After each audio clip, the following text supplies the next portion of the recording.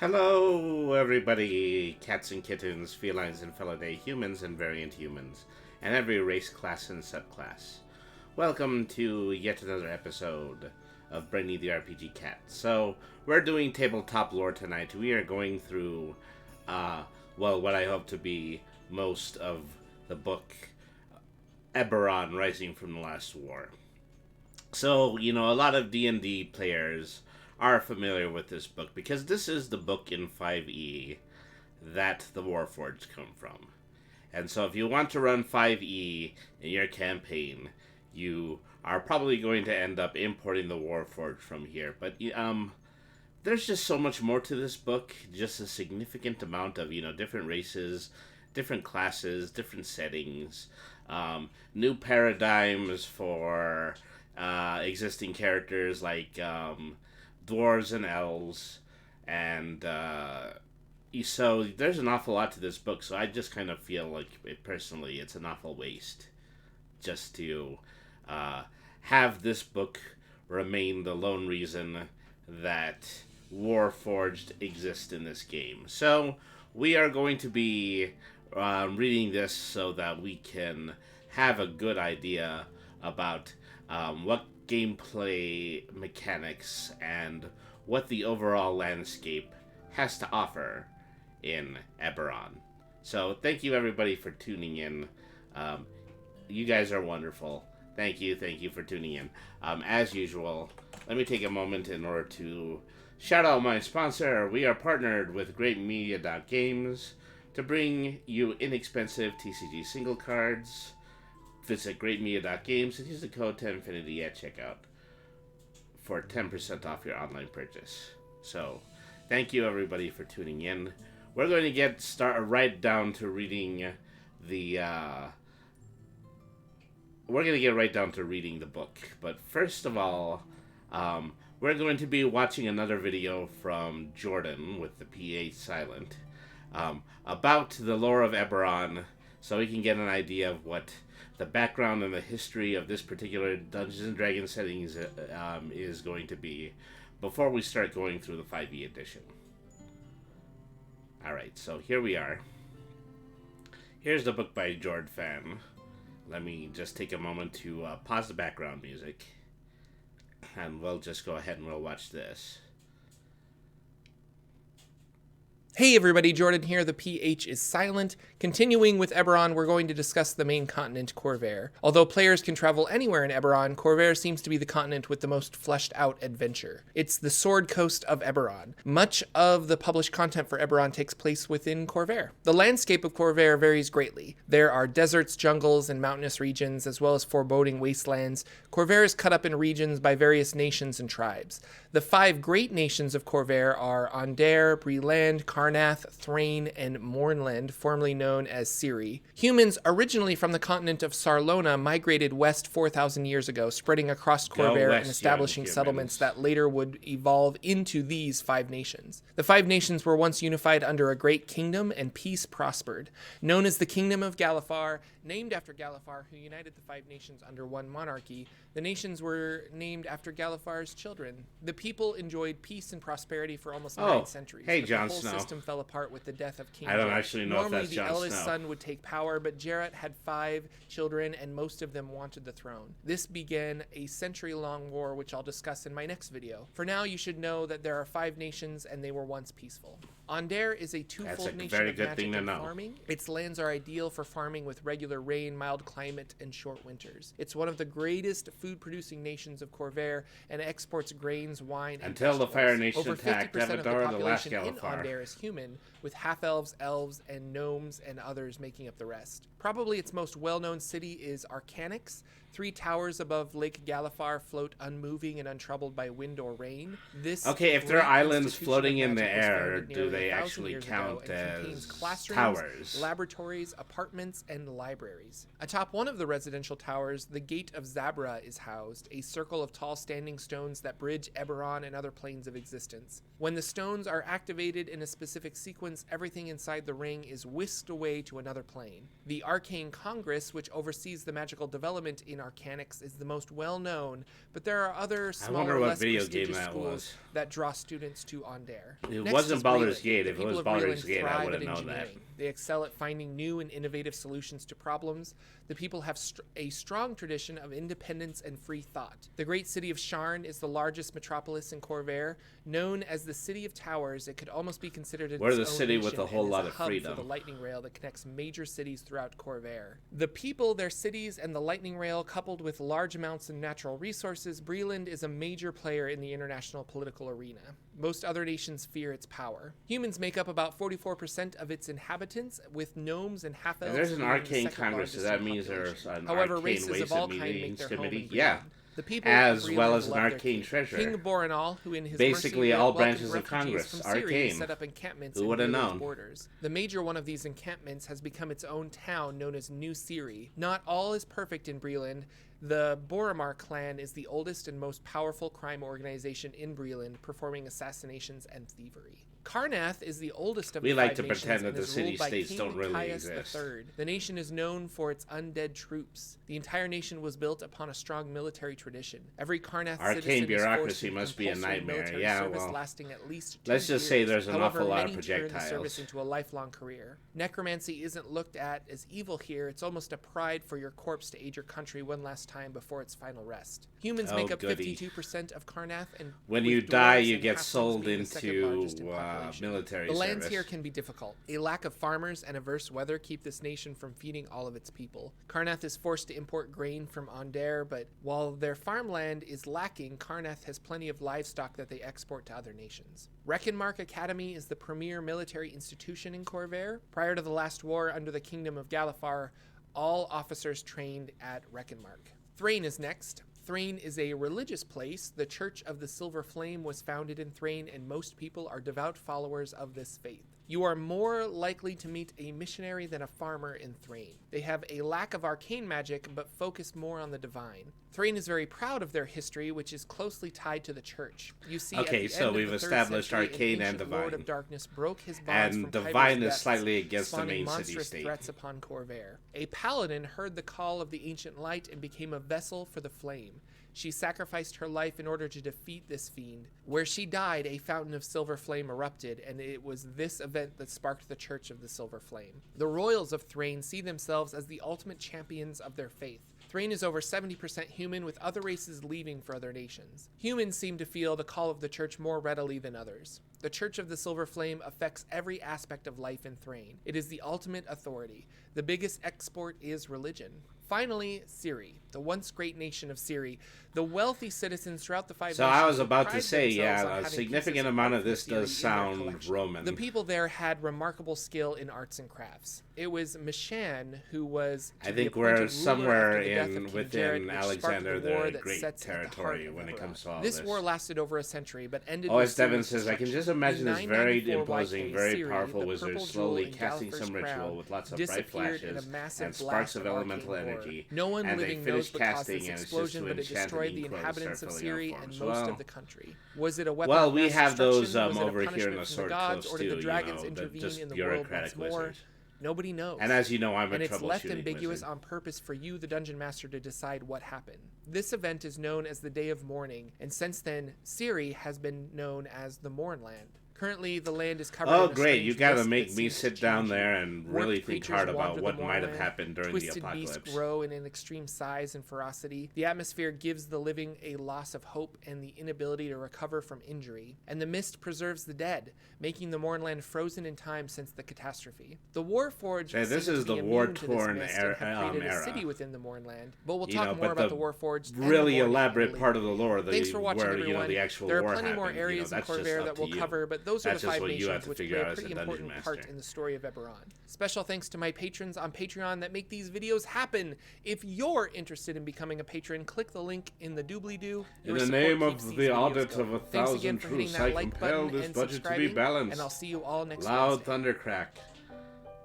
You know, you're making. I know that Red and Devin are joking about this, but you know, it's kind of true. So I got sub to that channel. What's it called again? It's Jordan with a PH. So it's G. Hang on. Let me spell it out right about here. Jorphdan. Jordan with a PH. I think I'm pointing it out. And so they said that there was another Eberron. Well, there seem to be 4 other Eberron videos. Let's just pick out one more, and then we'll get to reading the book. Creation Myth and the Goblin Nation, the Warforged, and the City of Shorn. Well, since I aim not to talk too much about the Warforged, let's just go ahead and let's watch the Warforged video. And this will just be the Warforged contribution to tonight's discussion.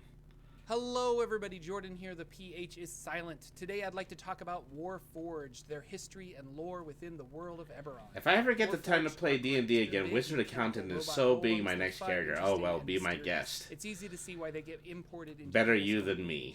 Living mechanical constructs, beings built for war that somehow have a unique soul giving them meaning in the world. Let's dive in. Warforged were created to support the last war. They were originally beings of destruction and violence. They represent the greatest technological and magical achievements of the last war. A sentient race crafted through magical means. Looks exactly like The Dark Knight Returns. Were invented long ago, even before the last war, but the breakthrough was giving them true intelligence. They were able to rationalize the situation and respond as a sentient, intelligent creature would.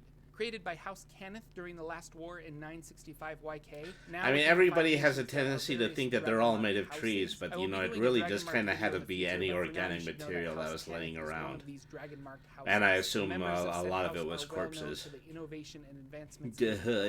Not only did they create the Warforged, but the lightning rails as well. During the last war, House Cannith stood ready to become an arms supplier to the nations of Corvair. They amassed a great fortune of wealth and gained a bit of political power from selling not only Warforged, but other technological/magical weapons to the 5 nations. The nations became so dependent on House Cannith's inventions that Cannith was able to influence decisions made by these nations. Warforged each have unique personality traits. They learn quickly, especially in their infancy. Not that you'll find any Warforged babies, they come pre-built and do not grow. However, in the first few years of their life, Warforged babies, they make our war come true. They experience anger, pain, fear, and hatred just like their human creators. Having no need to eat, drink, or sleep, Warforged come with an almost unending supply of patience, yet are accustomed, or perhaps built rather, to receive orders. If they are left without purpose, they can become anxious. A Warforged without orders or a task will often create one for himself. Some Warforged will patrol. I have no knowledge of Warforged aside from knowing they're a pay-to-play race. Well, to create new armor and weapons.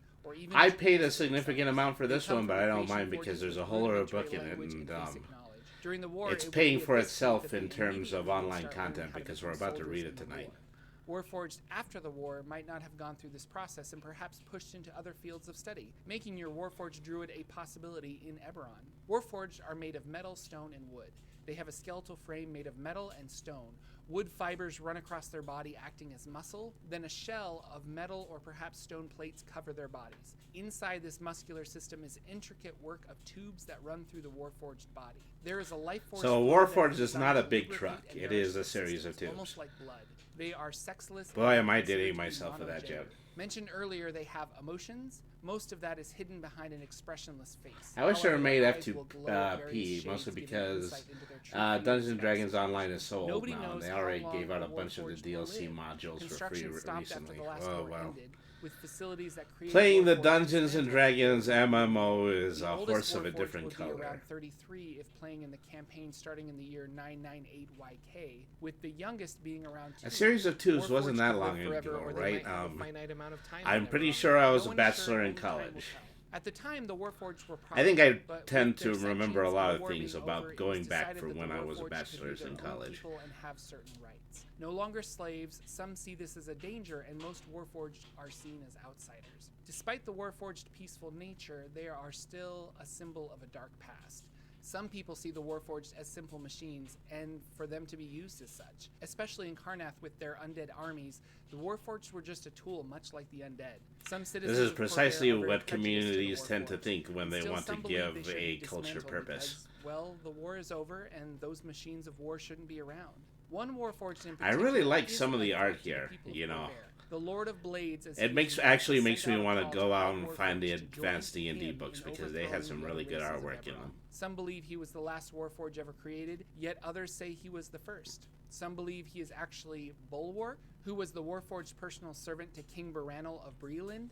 Bulwark was there at the Treaty of Thronehold, which put an end to the war and set the Warforged free, but banned the creation of future Warforged. After that, he mysteriously This reminds me disappeared. of, and this may Some be a think he deep is cut, dead, but it reminds one me of rumor this is that old after anime the called treaty was signed, Armitage. Bulwark left for the Mournland and started calling himself the Lord of Well, Blades. you know, the Regardless thing if about this is anime true, is that there a is group of significant amount of Warforged it moving really to the was Mournland just that wish inspired to by dominate Dungeons the and other races. Dragons, so... Despite the fear of the Mournland, Warforged everywhere and more than have likely, proven whoever themselves as wrote peaceful citizens Armitage for the Foundations. probably was They've gone on inspired to by a lot become of more the than classic servants. Eberron Some are books. bards or wizards, and yet some have even discovered the faith of the sovereign host and become clerics or paladins. Although Warforged are not brought up with religion, one who takes this path has thought long and hard about the subject, not only making the choice to follow a deity, but that deity in particular and what it represents. Did your Warforged break away as a soldier to make a pact with a long-sealed demon and become a warlock? Is your wizard Warforged a computer and memorizes spells to be cast through wands attached to his forearms? There are some wonderful roleplay opportunities with Warforged and creative people. Special thanks to my patrons on Patreon that make these videos happen. If you'd like to become a patron, I mean, so you got the description. opportunity to Thanks play a again for medieval liking and robot, I would say subscribing, go for with sharing it. these videos with your D&D group, and I will see you all in the next video. Okay, so that was an interesting bit of Crib Notes, but now we're going to go do the hard work, and we're going to start reading through the 5e edition of Eberron. Let me put that mood music back up. Yeah, Warforged are cool.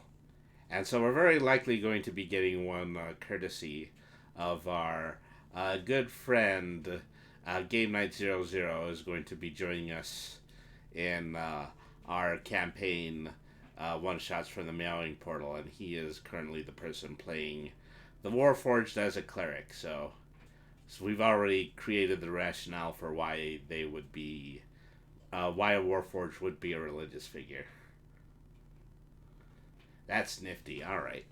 Well, here's our introduction. So I'm actually reading this from live on the D&D Beyond website. Previously I was reading it off of PDFs, but this is the real deal, is that I do have this book opened up as part of my D&D Beyond account. So we're going to be actually shifting pages and chapters while we're reading this. I hope it's going to be at least relatively aesthetically pleasing, but I don't know. Welcome to Eberron.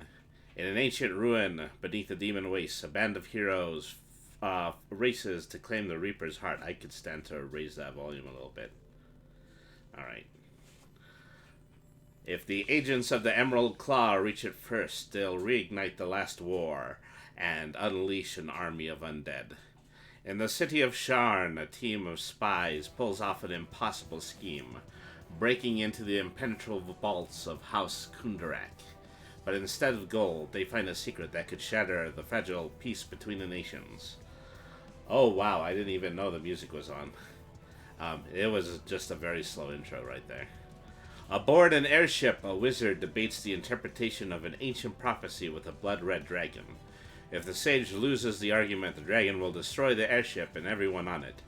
But if she wins the debate, the dragon will take them to distant Argonisen, and no human has ever seen the land of dragons and returned.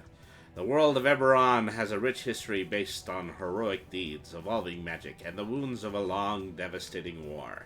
Action, adventure, good, evil, goblins, oh, probably not goblins, and 1,000 shades of gray paint the landscape in broad strokes.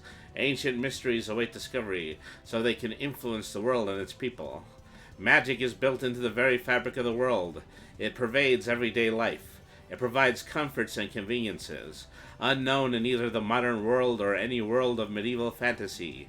Great cities where castles scrape the city prosper throughout the continent of Corvair, and a thriving aristocracy of merchant families control much of the world's economy, thanks to the edge driven to them by the mysterious and weird dragon marks. Its people harness magic as a tool to build cities, to sail ships through the skies, and to create both wonders and weapons. Heroes come in all shapes and sizes, all classes and races. They travel the world, battling villains in instants of over-the-top action, and they unearth fabulous treasure, and deal with narrow escapes and ominous mysteries that are as likely to shed light on centuries of secrets as they are to threaten the world's safety. Eberron embraces swashbuckling action and pulp adventure while adding a layer of noir intrigue. Stories don't always end well, and there isn't a perfect answer to every problem. The last war turned old allies into bitter enemies and destroyed an entire nation, leaving behind terrible scars. Crime and corruption lurk in the great cities of Corvair. Hidden dragons shape the course of history, and sinister fiends influence the dreams of the unwary. Yet mortal greed and ambition might prove more dangerous than any dragon or a fiend. This darkness affords opportunities for a group of bold adventurers to make a difference, for better or for worse. Using this book. This book is a gateway to using Eberron as a setting for your Dungeons & Dragons campaign. It guides players and the Dungeons Master through the process of creating characters and adventures set in this world. This introduction presents an overview of the world, its history, its calendar, and the themes that drive it. Chapter 1 details how to create Eberron characters. Chapter 2 provides an overview of the nations of Corvair and beyond and the religions of Eberron. Handy details whether you're a player seeking inspiration for a character's backstory or a DM looking for an intriguing place to set an adventure. Chapter 3 focuses on Sharn, the City of Towers. Sharn, one of the wonders of Corvair and a source of endless adventurers. Chapter 4 promotes ideas for adventures in Sharn and beyond. It introduces sinister forces at work in the world along with the impact of the last war and the dreadful day of mourning. OS Devon is asking, Noir? How is this noir? Noir. Noir. I keep doing that. I'm just going to end up sounding like a cat. Noir. Well, I guess, your guess is as good as mine as to how this is noir. We're going to find that out together. Chapter 5 includes magic items and other treasures for an Eberron campaign. It also explores the vital role of dragon shards. Chapter 6 presents new monsters and NPCs drawn from the world of Eberron, from mighty archfiends to helpful homunculi. These creatures add challenges for your adventures in Eberron. So, effectively, this book is just, an overall guidebook to the environment, which is, it's not a singular adventure like the book that we had read last week, which was set in Spelljammer. This really is supposed to be all-encompassing. Since I also own the physical book of this, I know the book is $50, and so was the entirety of the 3 miniature books in the Spelljammer series, which continues to add to the mystery of why was the Spelljammer module made up of a box set of 3 books. Somebody explain this to me, particularly if you're working for Wizards of the Coast, a subsidiary of Hasbro. Okay, so what is Eberron? Here are key things to know. The last war has ended, sort of. The last war plunged the continent of Corvair into civil war more than a century ago, shattering the 5 nations that made up the Kingdom of Galifar. Just 2 years ago, the war ended with the signing of the Treaty of Thronehold and the establishment of 12 recognized nations at a tenuous peace. It does seem to have a ton of varied settings, so I get it. Which one? This one or Spelljammer? But, this does seem to be, the work of all of one setting, but it's still, just a much more thorough and all-encompassing guide than the other set was. These conflicts, the anger and the pain of the long war remain, however, and the new nations seek every advantage as they prepare for the next war to break out on the continent. Dragon-marked dynasties. The great dragon-marked families are the barons of industry and commerce throughout Corvair and beyond. Their influence transcends political boundaries, and they remained mostly neutral during the last war. Not technically citizens of any nation, the matriarchs and patriarchs of each house live in splendor within their enclaves and emporiums located throughout Corvair. These dynastic houses of commerce derive their power from Dragonmark's hereditary arcane signals that manifest on certain individuals within the family, giving them limited but useful magic abilities associated with the trade guilds each family controls.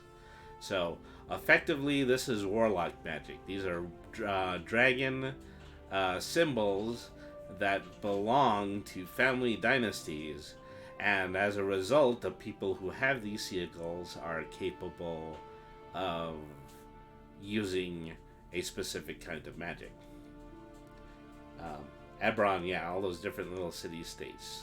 Well, I mean, I think, it is just as elaborate, but it's elaborate in an internal way, because we're talking about one realm and all of the inter-political issues that occur within one realm. I mean, theoretically, outer space is bigger, but you wouldn't know it if you were actually holding these physical books. I'm just saying.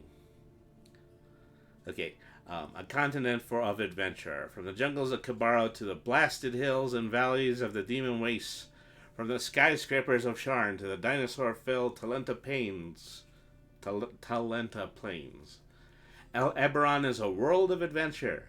Adventurers can draw heroes from one exotic location to another across the continent of Corvair. The quest for the Mirror of the Seventh Moon might take the heroes from a hidden mountain shrine in Dargoon to a ruined castle in the Shadow Marches, and finally to a dungeon deep below the Library of Kornberg. Through the use of magical transportation, heroes can reach a wide range of environments over the course of an adventure and deal with a diverse assortment of monsters and other challenges. The technology of Eberron has developed not through the advance of science, but by the mastery of magic. The widespread use of magic pervades in the cities and towns. Airships and rail transport make rapid travel across the continent possible. A working class of minor mages, called Magerites, use spells to provide energy and other necessities. Advances in magic item creation have led to everything from self-propelled farming implements to sentient free will beings created in artificers' forges. Like that's anything special. I've animated a few mops. Just let me put it that way. With the aid of rare crystals called dragon shards, dragon marks can be made more powerful. Elementals can be controlled and harnessed, and magic items can be crafted and shaped. New races.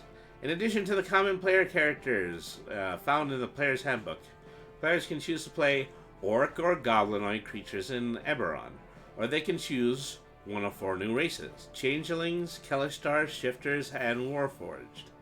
Changelings have minor shape-changing abilities similar to those of doppelgangers. Kelishtar are planar entities merged with human hosts, giving them telepathic abilities. Shifters developed from the mixing of humans and lycanthropes, a union that grants them limited bestial abilities and feral instincts. And the Warforged are a constructed race created during the last war, seeking to find its place in the post-war world. D&D with a twist. Every race, monster, spell, and magic item in the player's handbook, Dungeon Master's Guide, and Monster Manual has a place somewhere in Eberron, but it might not be the place you expect. Eberron has a unique spot in the D&D multiverse, and many familiar elements of the game play different roles in this world. In particular, mortal creatures are products of culture and circumstances rather than the direct influence of the gods. As a result, you cannot assume a gold dragon is good or a beholder is evil. Only in the case of celestials, fiends, and certain other creatures whose identity and worldview are shaped by magic, such as the curse of lycanthropy, is alignment a given. Which is, kind of the way that I tend to run my own games in general. But that's neither here nor there. The history of Eberron. Every child knows the story of the progenitor dragons, Cerberus, Eberron, and Kyber. In the dawn of time, these 3 cosmic beings created 13 planes of existence, each embodying a concept. Their final work was the material plane where all ideas would become manifest. A realm that could know war and peace, life and death, order and chaos. But cruel Kyber sought ultimate dominion over this new reality. She struck Cerberus without warning and tore him apart.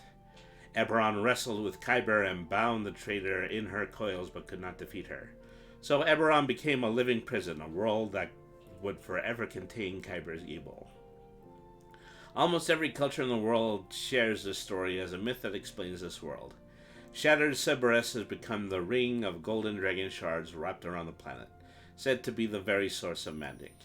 Eberron is the world, the source of all natural life, and Kyber is the Underdark, and the source of aberrations and fiends, forever struggling against her bonds and yearning to destroy the world above. So you even have something built in if you want to run an Underdark campaign inside of Eberron. Another tale shared across cultures describes one more conflict that occurred in the first age of the world. Long ago, powerful archfiends known as the Overlords and their armies of Rakasha and lesser fiends dominated Eberron. Forces of light, some versions of the story say that the nine gods of the sovereign host, others say an alliance of dragons and celestials, eventually defeated the Overlords. But these fiends could not be destroyed, instead their immortal essences were bound in Kyber. Whenever the true details of this tale, that much is true. If the Overlords ever break their bonds, the consequences would be catastrophic. Over the course of millennia, numerous civilizations rose only to fall.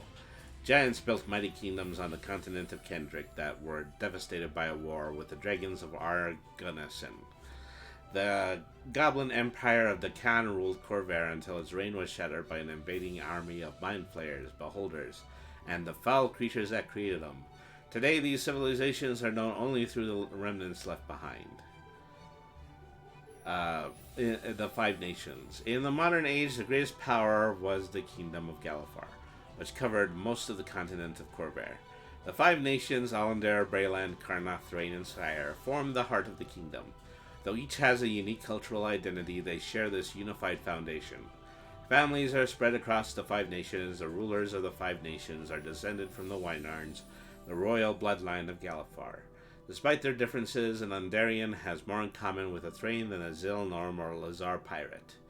A century ago, Galifar collapsed into civil war and the Five Nations became separate countries at odds with their neighbors.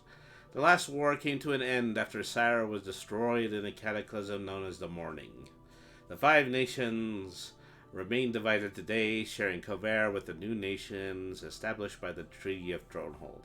The remaining Five Nations remain the largest and most powerful countries in Corvair. The Treaty of Thronehold officially ended the last war. The treaty recognized the following nations as sovereign states: Aundar, Brayland, Dargun, the Elden Reaches, Karnath, the Lazar Principalities, the Moorholds, the Kubara, the Talenta Plains, Thrain, Valinar, and Zilargo. These nations abide by a common set of laws and maintain diplomatic relations. The Demon Wastes and Shadow Marches reigns have no unified government. Drome has declared itself a nation but has yet to be recognized by the treaty nations. Life in Corvair. Although Eberron is a vast world with many continents and cultures, your adventures begin in the land of Corvair. Here are a few details about everyday life there.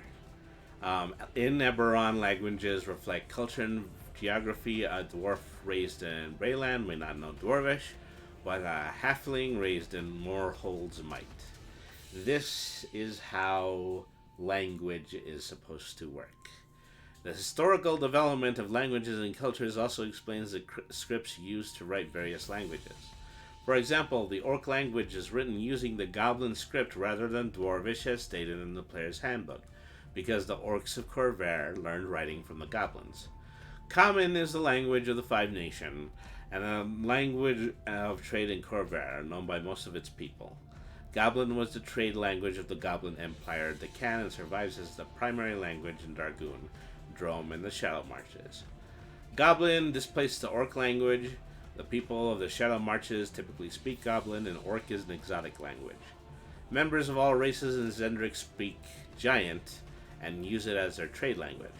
Infernal is the common tongue of all fiends. Infernal is sometimes called Kyber's speech, while the Celestial is called the tongue of Cyberus. With the DM's approval, you can exchange the language granted by your race from a different language from the standard languages on the Eberron table. And that's basically what this table is right here. So we have Common, Dwarvish, Elvish, Giant, Gnomish, Goblin, Halfling, and Rearden. The exotic languages are Celestial, Dalecar for Aberrations, Denizens of Kyber, Draconic, Infernal, Orc, Primordial, Cori, and Sylvan. So it's a slightly more abridged list, but the great majority of different types of alignments are still in place with it. The naming conventions among the people of Corvair tend to follow language rather than being linked to race. A braidless dwarf who doesn't speak Dwarvish might also carry a name with a human origin rather than a traditional Dwarvish name, which, once again, this is how language is supposed to work. In the common calendar of Corvair, days are 24 hours long, divided into day and night. 7 days make up a week, 4 weeks a month, and 12 months a year, so it's normal.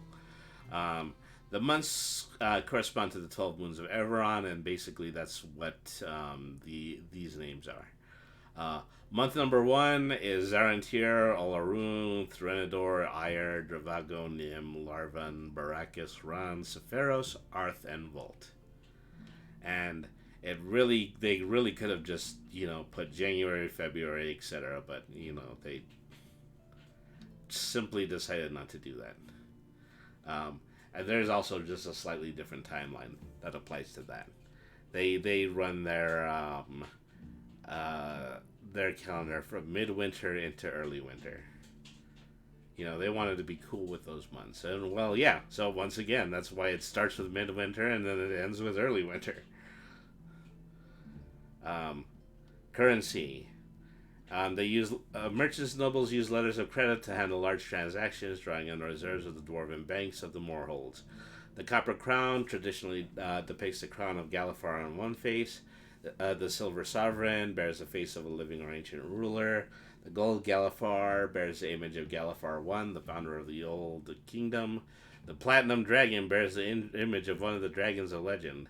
And a number of other coins remain in circulation, just as the double crown of Breland, the silver crown of Sire. However, all the major nations of Corvair make use of the 4 basic coins described above. So that's just kind of window dressing.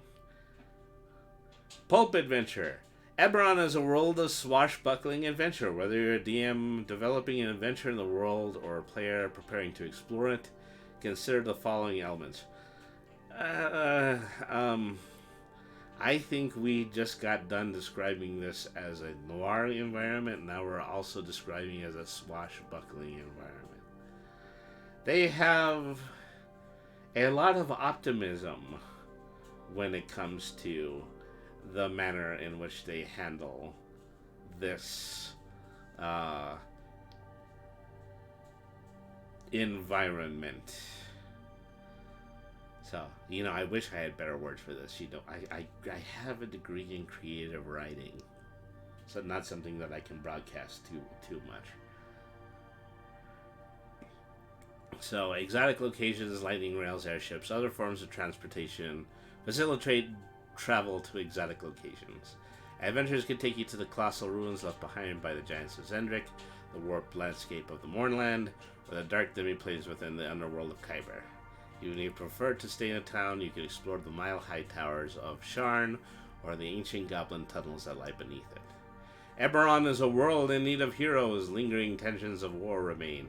From the fanatics of the Emerald Claw and the mad cults of the Dragon Below to the flesh-warping Dalkier and ancient archfiends, Eberron faces many threats and few people besides the player characters are able to stop them.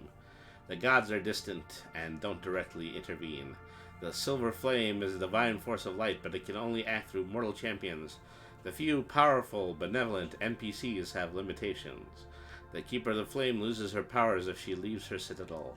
The Great Druid, the spiritual leader of the Elden Reaches, is a tree. Well, don't count that against them, They might be a tree, but they're still a deity. Most of the powerful people in the world focus on selfish goals. If an angry dragon attacks Sharn, there's no one else to deal with the problem. The fate of the city is in your hands. Consider a dynamic backstory when developing your character and choosing your background. Whether you take a background from the player's handbook or a house agent background in chapter 1 of this book. If you take the soldier background, you might have played a role in the events of the last few years. What did you do during the last war? And for that matter, what was the last war? Specifically, what happened in the last war and how did your player play a role in it? What was your greatest triumph or defeat? If you're a spy, are you a prized agent, or did you disavow your organization after they pushed you too far? Don't think of your characters as set of numbers, even at first level. You are remarkable in Eberron. The last war, rocks fall, all die. So tragic. A DM tip, high stakes. What's better than a battle on an airship? A battle on the deck of an airship that's about to crash. A DM should look for ways to raise the stakes of an Eberron scene. Okay, well, that's pretty fundamental. Remarkable villains. Eberron is rich in villains, from two-bit hoods to continental masterminds. It might be a long time before you're ready to face a sinister leader behind the Order of the Emerald Claw in battle. But the flavor of pulp adventure includes recurring villains who closely match the heroes, rivals who advance in power as you do. Okay, well, here's the noir intrigue. We've been looking for the noir intrigue section. Eberron draws inspiration from noir and hard-boiled fiction. In a world where stories don't always end well, and where there isn't a perfect solution to every problem. In developing characters or stories in Eberron, consider the following concepts. Everyone has regrets. Player characters are remarkable people, but they aren't perfect. As you consider a flaw for your character, you can add a little hard-boiled flavor by considering the past. Did you make a tragic mistake? And if so, is it something you can ever undo? Did you hurt or betray someone who now seeks revenge? The regrets table provides a few examples of missteps that might haunt you.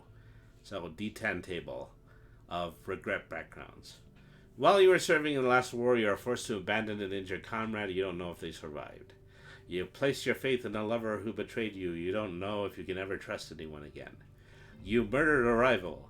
Your actions may have been justified, but their face still haunts you. You made a promise to a child or a lover that you failed to keep. You squandered your family's fortune and brought shame and ruin to your household. You made a bargain with an extraplanar entity that you now regret. You abandoned your family to pursue a life of adventure. Your village was destroyed in the war, and now you don't know if they survived. You engaged in covert operations for a nation as a spy or a soldier. While you were serving your country, you did unforgivable things. Someone put their trust in you and betrayed them for personal gain. You might regret it now, but you can never repair the damage that you've done. Or you volunteered for mystical experiments. They may be responsible for your class abilities, but you might experience side effects. Why do you need 200 gold pieces? A regret that helps shape your personality as an element of your past that plays an ongoing role in your story. Or perhaps you have a problem that needs to be resolved right now. Another way to define a character's flaw is to roll on the debts table.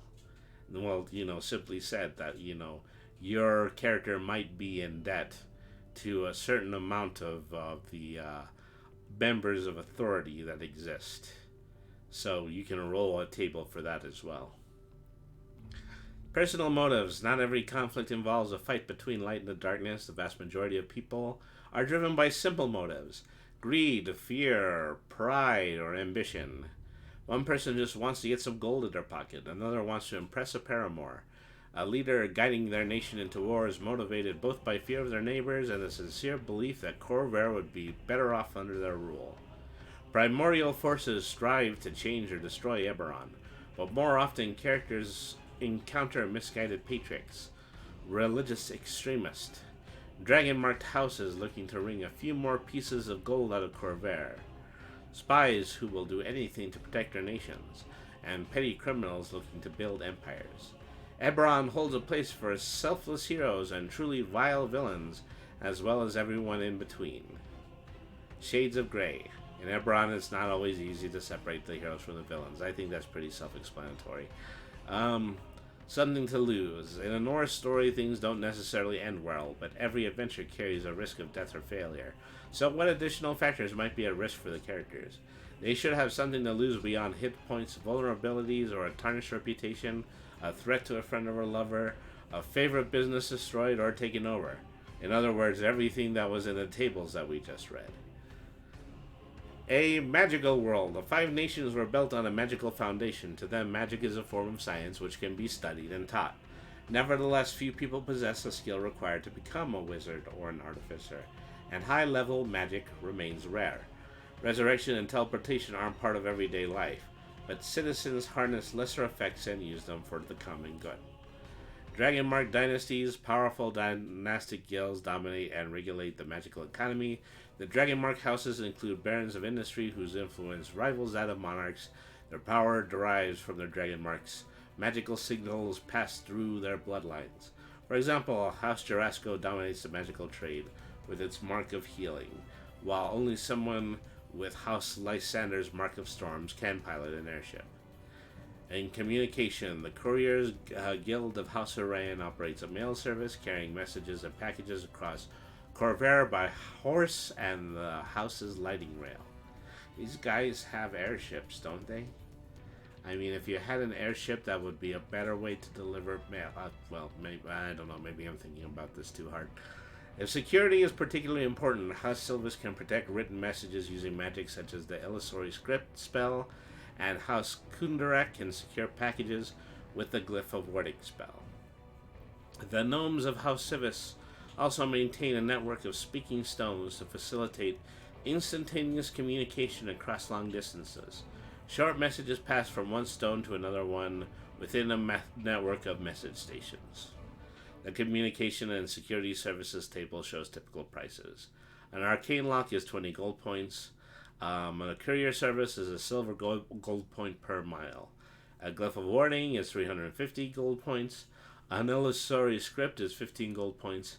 A mail service is a copper point per mile. A message station is 2 silver points per words. And a translation is 2 copper points per word. I mean, all very reasonable. So we have a very good letter service in Eberron. Convenience. In the cities of Corvair, magic provides a host of minor conveniences. Ever-bright lanterns light the streets. Chef heats a pot of stew with a whispered incantation, while magic amplifies the town crier's voice.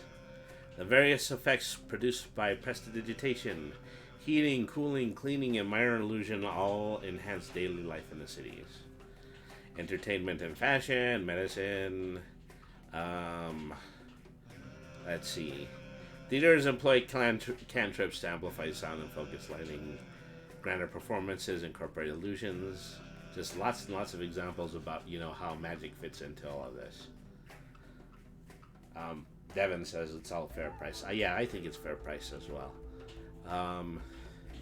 The Dragon Marked House Jarasco maintains houses of healing across Corvair.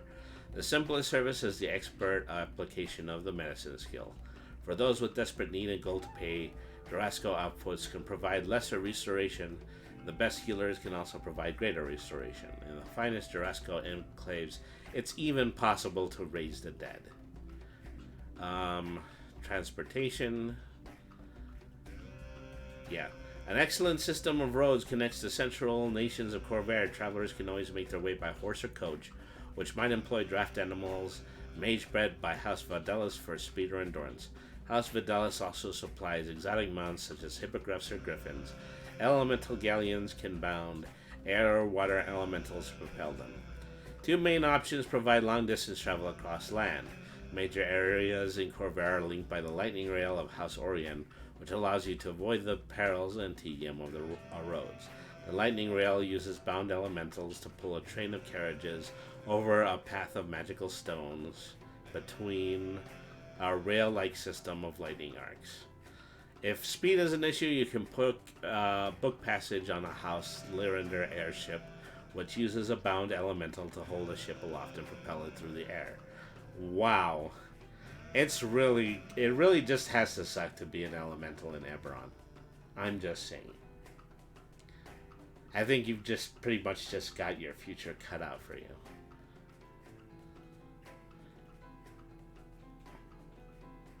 And so this is a chart for how much a mass transportation ticket would cost.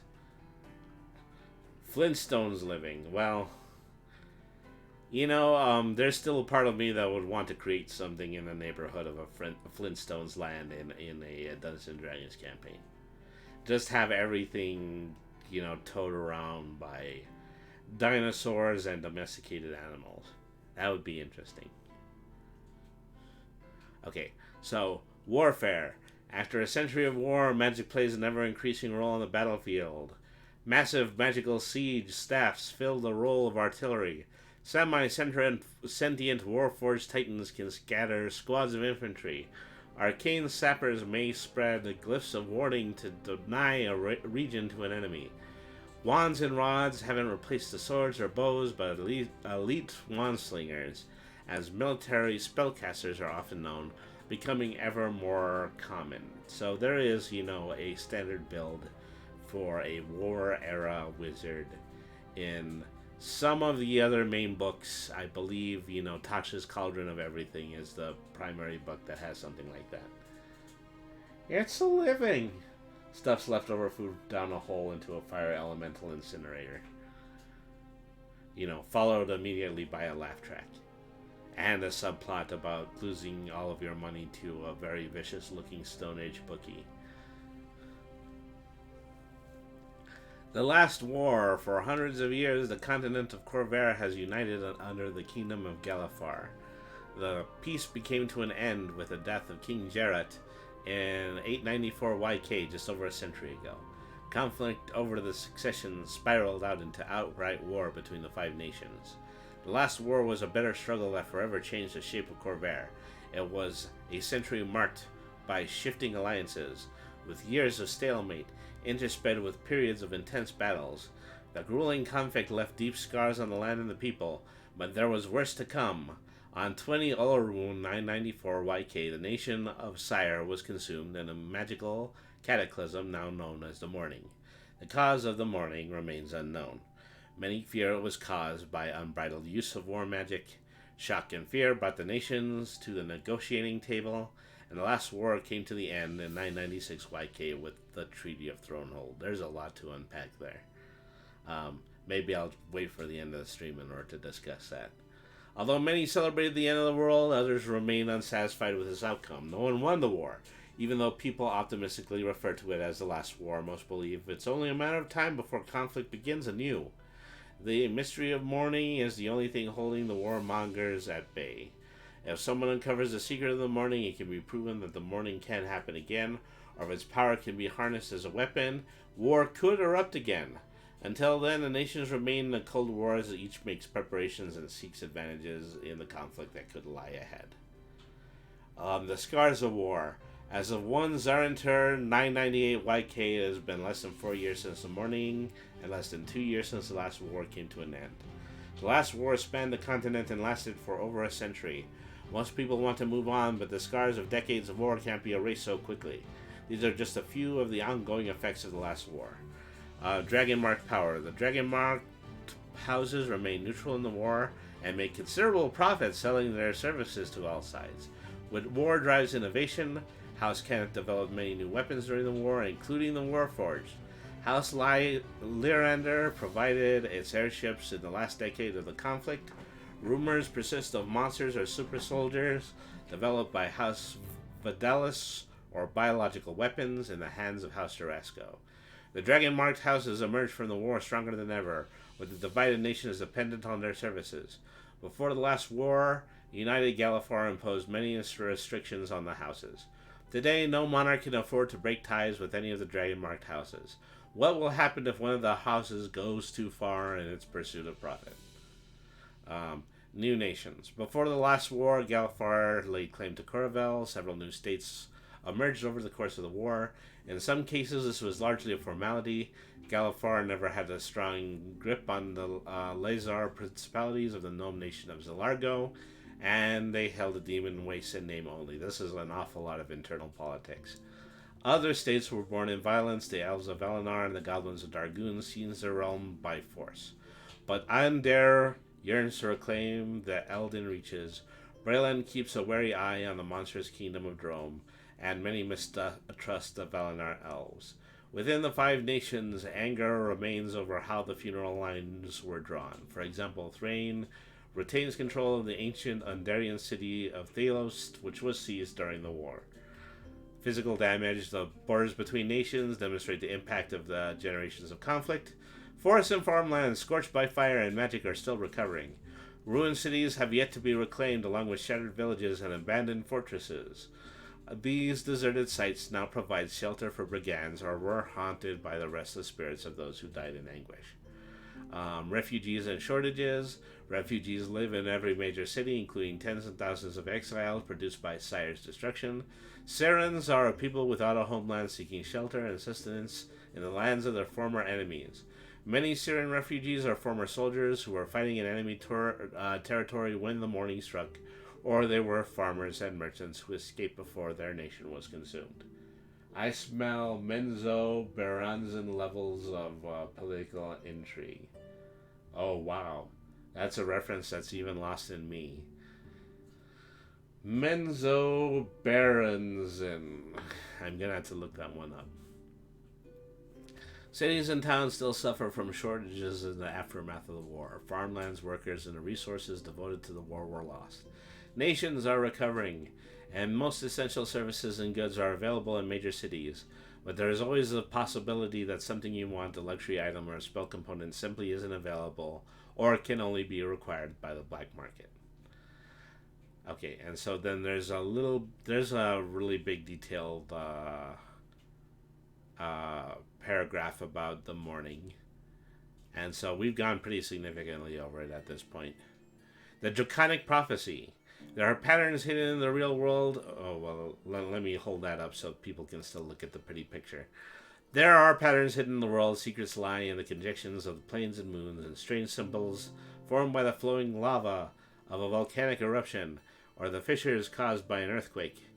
Carved in the walls of ancient citadels and on primeval megaliths, not patterns appear to have meaning that only the contemplative mind can hope to comprehend.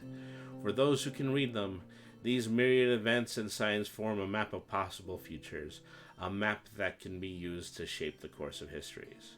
Scholars call this map the Draconic Prophecy, attributing it to the progenitor dragons, Eberron, Sybaris, and Kyber. The prophecy is vast and complex, its signs scattered across the world. Few humans or even elves have the time or resources to unravel its secrets. The foremost students of the prophecy are ancient dragons, immortal fiends, and others who have devoted thousands of years to this work.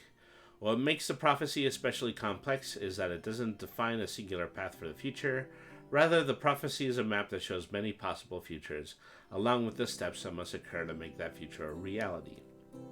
A fragment of the prophecy might say, "If the Bear King is slain by a sorrowful assassin in the shadow of the morning, the crown will fall from its nation." The Bear King could refer to King Borandel of Brayland, since the bear is Brayland's heraldic beast. The shadow of the morning could mean that Borandel must be slain in the moorland, or it could mean that the assassination must occur in the anniversary of the morning. The passage doesn't say that Borandel will be assassinated or that the Brelish monarchy will fall. It suggests that if Borandel is assassinated under these conditions, then the monarchy will surely fall. But it could also be fulfilled in different ways. If the terms of the prophecy are interpreted differently, other fragments of the prophecy might cover what would happen if Borandel is assassinated under other circumstances, or what would happen if he dies under natural causes. This sounds about as salient as the predictions of Nostradamus, and people are still going around looking for this document. You know, there's a certain amount of this that, is just self-fulfilling prophecies. If you interpret the prophecy in a certain way, it's going to make you do certain things, like assassinate the king, just as an example. Therefore, it says, "Wizard get good artists." Yeah, I emphatically agree when it comes to that. Okay. So, we've through the background and we've finished the introduction, so the very next thing we're going to read is about character creation. Let's see. Building on the book's introduction, this chapter reveals how you can create a character shaped by Eberron and its war-filled history. This chapter offers you the following choices. Race, dragon mark, background, artificer, and group patron. So, actually having a character with a dragon mark is a distinct possibility.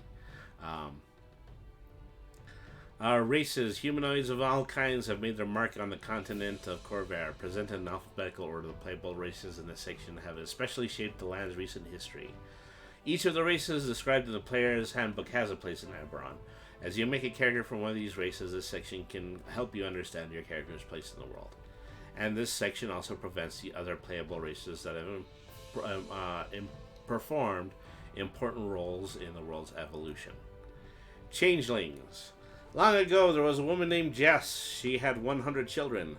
Her rivals conspired against her and swore to kill her children. Jess begged the sovereigns for help, but their only answer was the wind and the rain. In the depths of her despair, a lonely traveler took her hand. "I will protect your children if they follow my path. Let them wander the world.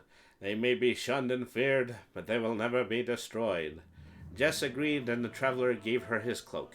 When she draped it over her children, their old faces melted away, and they could be whoever they wanted to be. And so it remains, though their children are shunned by all, the gift of the traveler protects them still. Changelings can shift their forms with a thought. Many changelings use this gift as a form of artistic and emotional expression. It is also an invaluable tool for grifters, spies, and those who wish to deceive. This leads many people to treat changelings with suspicion. Wherever humans live, changelings reside also. The question is whether their presence is known. Changelings are born to one of three paths. A few are raised in stable community where changelings are true to their nature and deal openly with the people around them.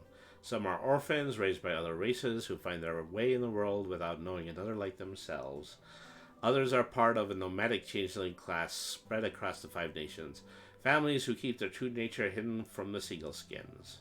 Some clans maintain safe havens in major cities and communities, but most prefer to wander the unpredictable path of the god known as the Traveler.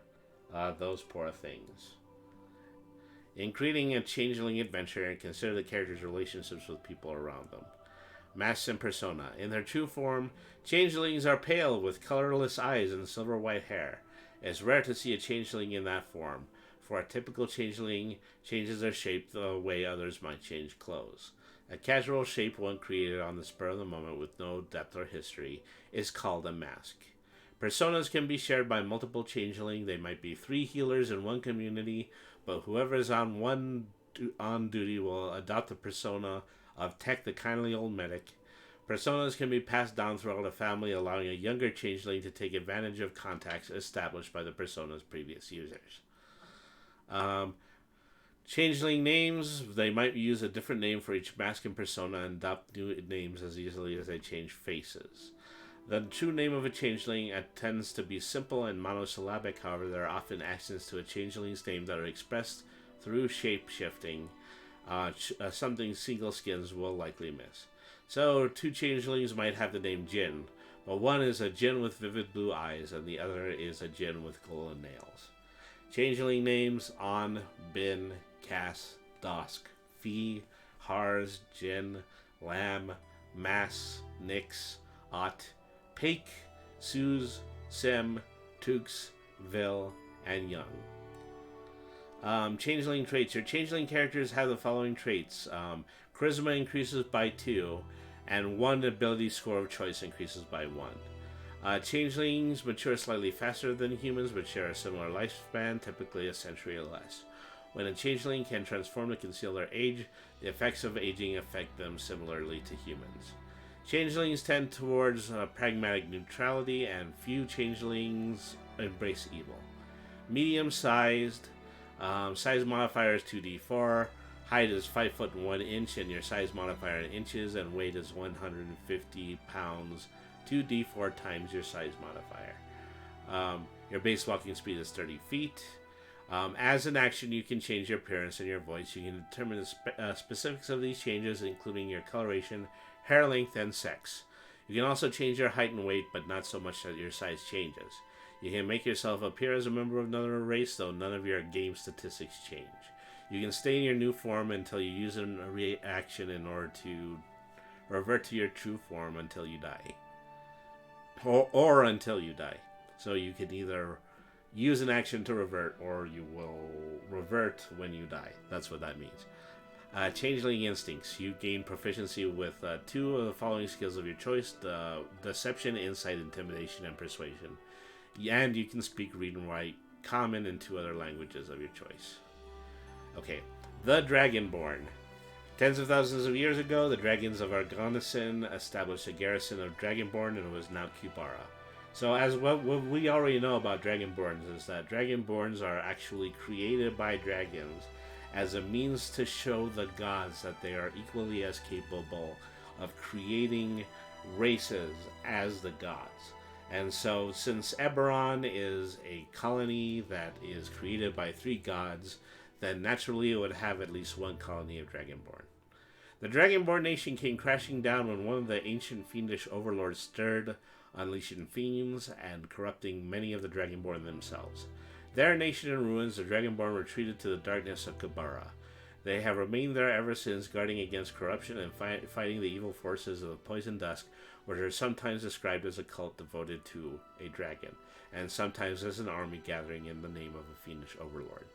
To date, the Dragonborn have largely ignored the humans of Kabara, and the few humans who have encountered Dragonborn believe that they're some type of lizard folk.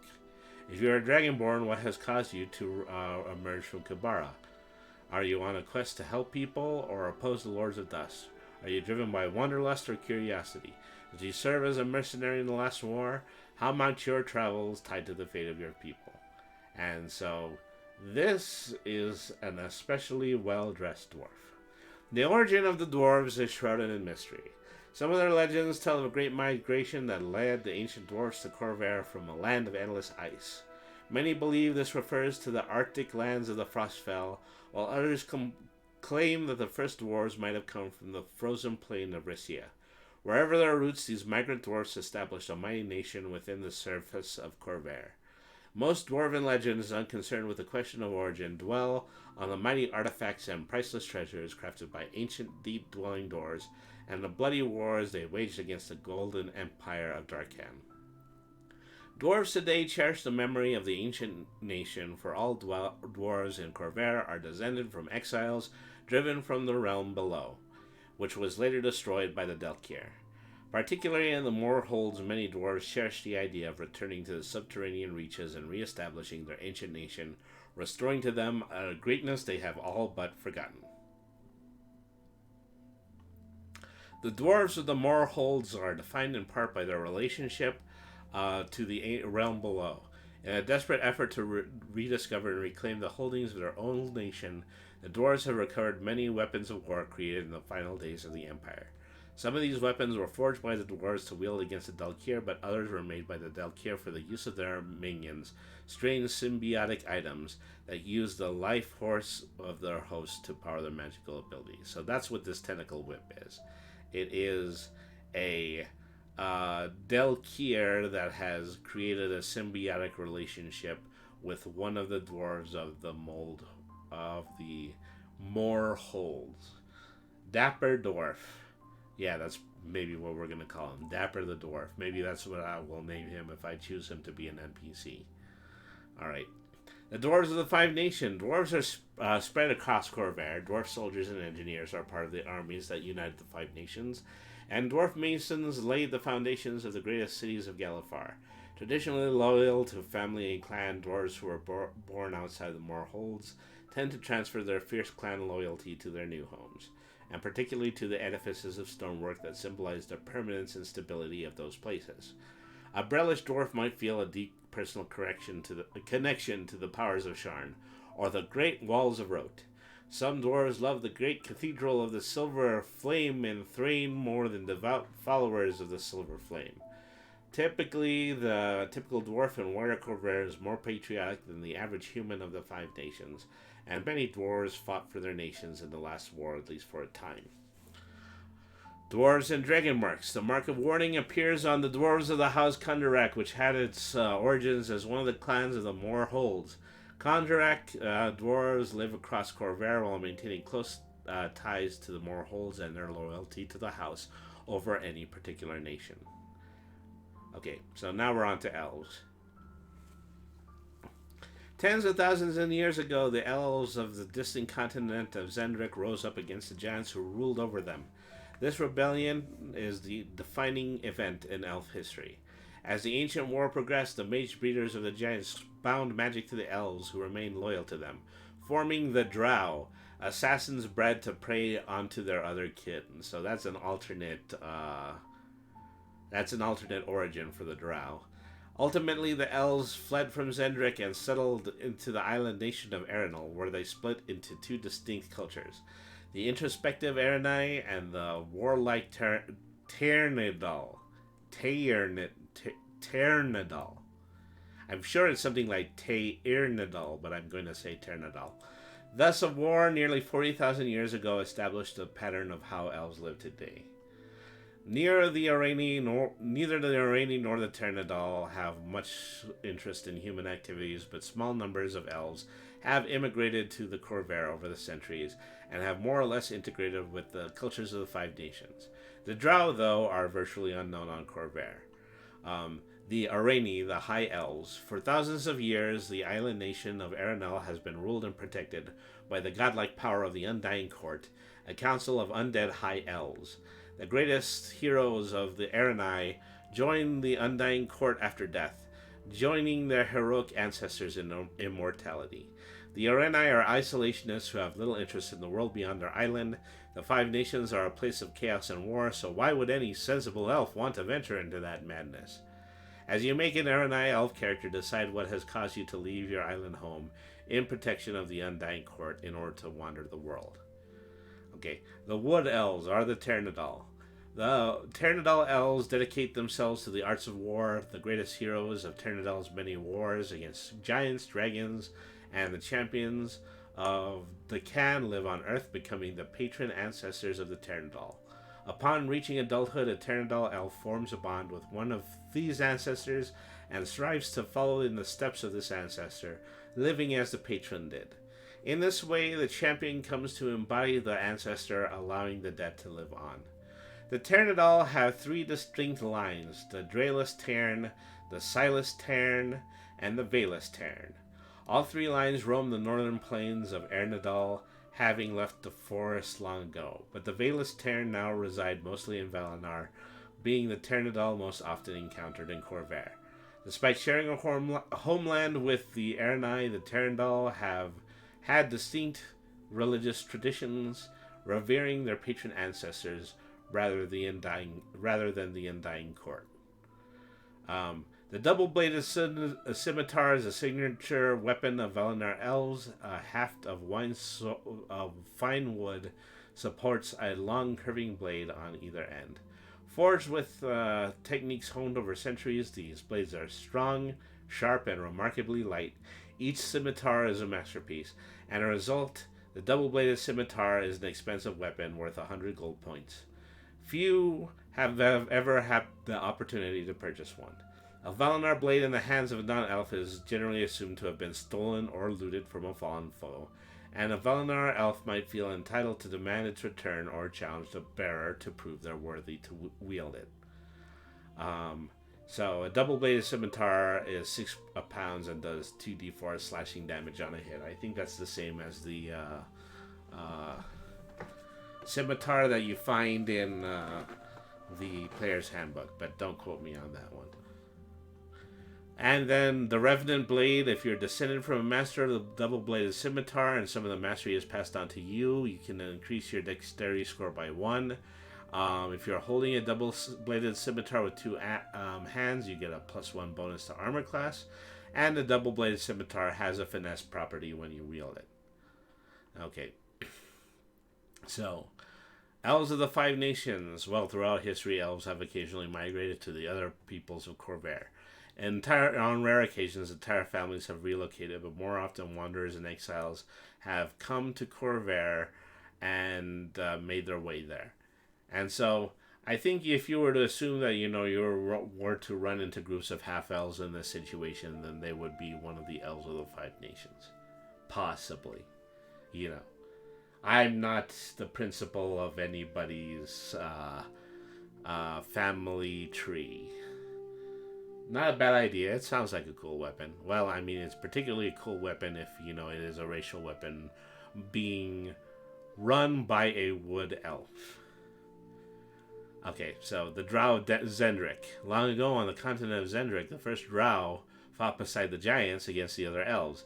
Tens of thousands of years have passed, and Drow and the other elves remember each other as only figures in their own legends. The Undying Court and the patron ancestors of the Tyrrendil remember the Drow, but they have little occasion to teach their living descendants about these shadows of their distant past. When the elves fled to Erenal, the Drow remained on Zendrik as subjects of the Giants, and they were caught in the collapse of the Giants' civilization.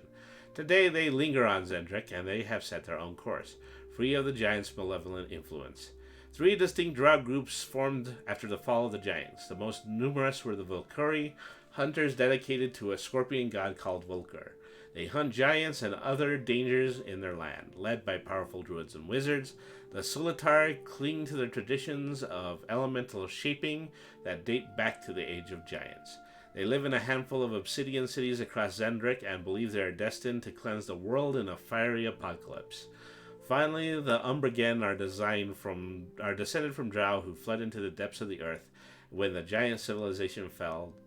They wield sophisticated magic in their unceasing battles against the Delcair and other aberrations of the underworld. Alright, now elves and the dragon marks. The mark of shadow first appeared among the elves of the Farian line, and the house quickly turned the mark's powers of shadow and illusion into an economic dynasty. The suspicion of their kin drove them from Erenal to Corvair, and the house splintered during the last war, giving rise to House Durrani. The 2 houses of shadow control the business of espionage throughout Corvair, but they also operate more legitimate ventures related to art and entertainment. So effectively, this would be, the rogue subclass shadow mark, if you were to choose to do that. Okay. Gnomes. The average gnome has a love of knowledge that borders on obsession, a curiosity that admits no limits, and a vast collection of potentially useful information on every personal acquaintance. Most gnomes detest physical violence and prefer to solve their problems with words, whether that's a bard's eloquent persuasion, a wizard's words of power, or a rogue's careful threat. They give an initial impression as friendly busybodies, always ready to lend a hand or share a story, while asking questions that tend toward the slightly too personal. Often, though, a cheerful and amiable gnome is methodically adding to a mental storehouse of knowledge that might one day provide important leverage. The gnomes of Zelargo. To say that the Zel gnome is a ruthless schemer would be a hurtful exaggeration. Intrigue is the favorite pastime of most Zel. Every gnome child of Zelagro is taught to manipulate and deceive, and by the time they reach adulthood, they must have been involved in dozens of schemes and feuds, some of which persist well into adulthood. Even a gnome with a good heart and noble goals, of which there are many, often still prefers to use trickery and cunning, rather than the unreliable tools of honesty or brute force. Most Zel gnomes belong to the forest gnome subrace.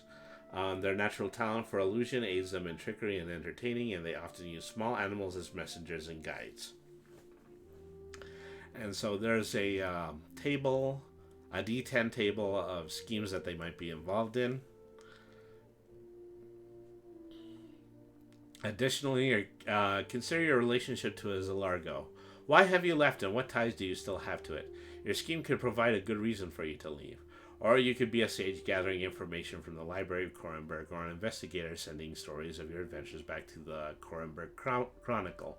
Family is important to the Zil, and you could be pursuing your family's interests. You could even be working for the mysterious trust, the conspiracy behind the triumvirate's throne that quietly maintains order in Zelargo.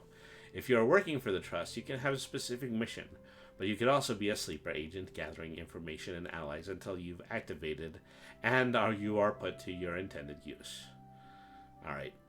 Gnomes of the Five Nations. Yeah, okay, so you might have a network of connections to the community you grew up in, likely built on the exchange of information. Okay, so yeah, that's about the same. The mark of scribing appears among the gnomes of the House Civis. The gnomes of this house were among the first of their kind to leave Zelargo and live in human lands. They love bureaucracy and intrigue as much as the gnomes of their homeland, but they are carefully cultivated a reputation for impartiality and secrecy, since their services rely on trust. Okay, so now we're on the goblin node. We're on to the goblinoids. The goblinoid species, goblins, hobgoblins, and bugbears, were once the dominant civilization in Corvair, with the goblinoid empire of Darkin ruling the continent for thousands of years. It was crippled by a long conflict with the Delcair and their aberrant armies, even though the Delcair were defeated, and the seeds of madness took root in the empire and tore it apart. Today, the four primary goblin cultures exist in Corvair. The city goblins. Goblins dwell most of the cities of the Five Nations. When goblins first came to Corvair, they enslaved many and built their cities on the foundations of the Dakani ruins. Galifar ended the practice of slavery, and these goblins are now citizens of the Five Nations. Gifted goblins can be found in all walks of lives, and goblins served in the armies of the Five Nations during the last war. The Galdar tribes arose from the remnants of the Dakani Empire. Hobgoblins are the leaders of the Galdar, enforcing their will on the goblin and bugbear peers. The history of the Galdar is filled with strife. When they weren't fighting Galifar's Largo, the tribes merely turned on one another. This came to an end with the last war. House Denalith hired Galdar mercenaries, and this gave focus to the divided tribes. A brilliant hobgoblin, Haruk, united the Galdar, and under his leadership they seized control of what is now Dargoon. The aging Lesh Haruk remains as the ruler of Dargoon, and many fear that this death could throw the region into chaos. Does that mean goblin friends? I tend to harbor the belief that the goblins that we frequently run into here in VTuber circles are not as singularly focused or war-torn as the ones that are typically found in the books. They live a much more carefree life. A carefree life that is beyond the comprehension of most other races, including the humble miniature tabaxi that stands before you relaying this information. Oh, I love me some goblin friends. Yeah, they're absolutely nice, but I don't think I would try the exact same trick in Eberron. The Margul bugbears threw off the yoke of the Galdar long ago, seizing territory in the Seawall Mountains in the south of Dargoon. They are infamous raiders, and while they have brokered a truce with the Galdar, anyone venturing into the Seawall Mountains had best travel with the Margul guide. The heirs of Dakin. Through the Dakani Empire, defeated the alien Dakir, the war left seeds of corruption strewn throughout the empire. As Dakan began to fall, a number of generals and governors gathered their forces and retreated to shelters deep within the earth, determined to preserve their civilization until the empire could finally be restored. That's the way that sentence is supposed to go. After thousands of years, their descendants have finally emerged, competing among themselves to determine which leader deserves the imperial crown. Once this is settled, they will turn to the conquest of Dargoon and Corvair. The Dakani are far fewer in number than the Galdar. They had to carefully limit their population in the underground vaults that they dwelled in the past age. However, they have held onto the martial discipline and techniques that allowed their ancestors to dominate the continent. Their weaponsmiths are superior even to the artificers of House Kenneth, and they are experts in the working of adamantine and other exotic metals. Anyone who presumes to look down upon goblinoids should be surprised by the skills of the Dakani. So, yeah, then, just lists of goblin, bugbear, and hobgoblin classes. Okay, so that leaves us with the half-elves. Okay, so I already made an assumption about the half-elves. From the towering woods of Eldine reaches to the slums of Sharn, half-elves are found across Corvair. New half-elves are born in every generation from pairings between human elves and other half-elves, with children typically clinging to a parent's culture. Over centuries, though, half-elves have developed their own communities and traditions, giving them an identity strengthened by the rise of House Lyrander and House Madani. Members of these communities generally dislike the term half-elf, instead calling themselves Corvar, an English term meaning children of Corvair. The culture that has developed among Corvair's native half-elves places a strong emphasis on hospitality toward other Corvar. I don't know if I'm saying that right. It should actually be Koravar. They don't expect to put each other. They don't expect each other to put themselves in danger for a stranger's sake. But when possible, half elves do what they can in order to help others with information, shelter, and the like. Core of our communities have weekly unity dinners where local news and events are shared, and these meals are a great chance to hear about local events and opportunities. Many Korovar espouse the idea of the bridge between, the notion that the Korovar are called to facilitate communication and cooperation between members of different cultures or species. Korovar who follow this philosophy often become bards, diplomats, mediators, or translators. Others are fascinated by their distant connection to the Fae and seek to build bridges between the material plane and the Feywild of Thalanis. These Korovar often become green singer druids or warlocks with archfey patrons. Korovar speak both Common and Elvish, and among themselves they often blend these two together. This pidgin makes perfect sense to anyone who speaks both languages, but somebody who speaks only one of them will miss some words and subtlety of meaning. Okay. The two dragon marks appear among the half-elves families. The Mark of Detection is found in House Medani, and the Mark of Stone in House Larendar. Both houses were established families among the Korovar by the time their dragon marks appeared, and they remain pillars of the Korovar's diverse culture. The Korovar ideal of the building bridges supports the work of both houses. With the Mark of Storm, House Larendar operates sailing ships and flying vessels, as well as bringing rain to farmlands. House Medani uses the House of Detection to offer services of personal protection. Ver499 says, personally, I want to play Kobold from Drome if I'm ever in an Eberron game. Oh, well, yeah, that seems like it would be fun. I mean, a lot of things in this module seem to be fun. So that's one thing that I'm pretty much going to need to figure out if I ever do run these. You also said that Eberron is relatively very progressive towards monstrous races, and I would agree with that too. You'll have your chance. This does sound very fun. Okay. Well, I mean, I'm compelled to probably look a little bit deeper into this, maybe even looking into the books before 5th edition. But, we'll see about that. No predicting the future. So, halflings. The halflings of Eberron originate from eastern Corvair, and many nomadic tribes of halflings still travel the Talenta plains. The appearance of dragon marks among the halflings spurred their slow migration across Corvair, spreading their services of healing and hospitality, along with the migration of the earliest humans across the continent. Now they are found in every part of Corvair, putting their distinctive talents to use. Talenta halflings. The halflings who migrated across Corvair in the company of humans ended up looking very human in dress, manners, and customs. Their cousins who remained in the Talenta plains could hardly appear any more different. In their homeland, halflings are nomads who ride domesticated dinosaurs across wide plains.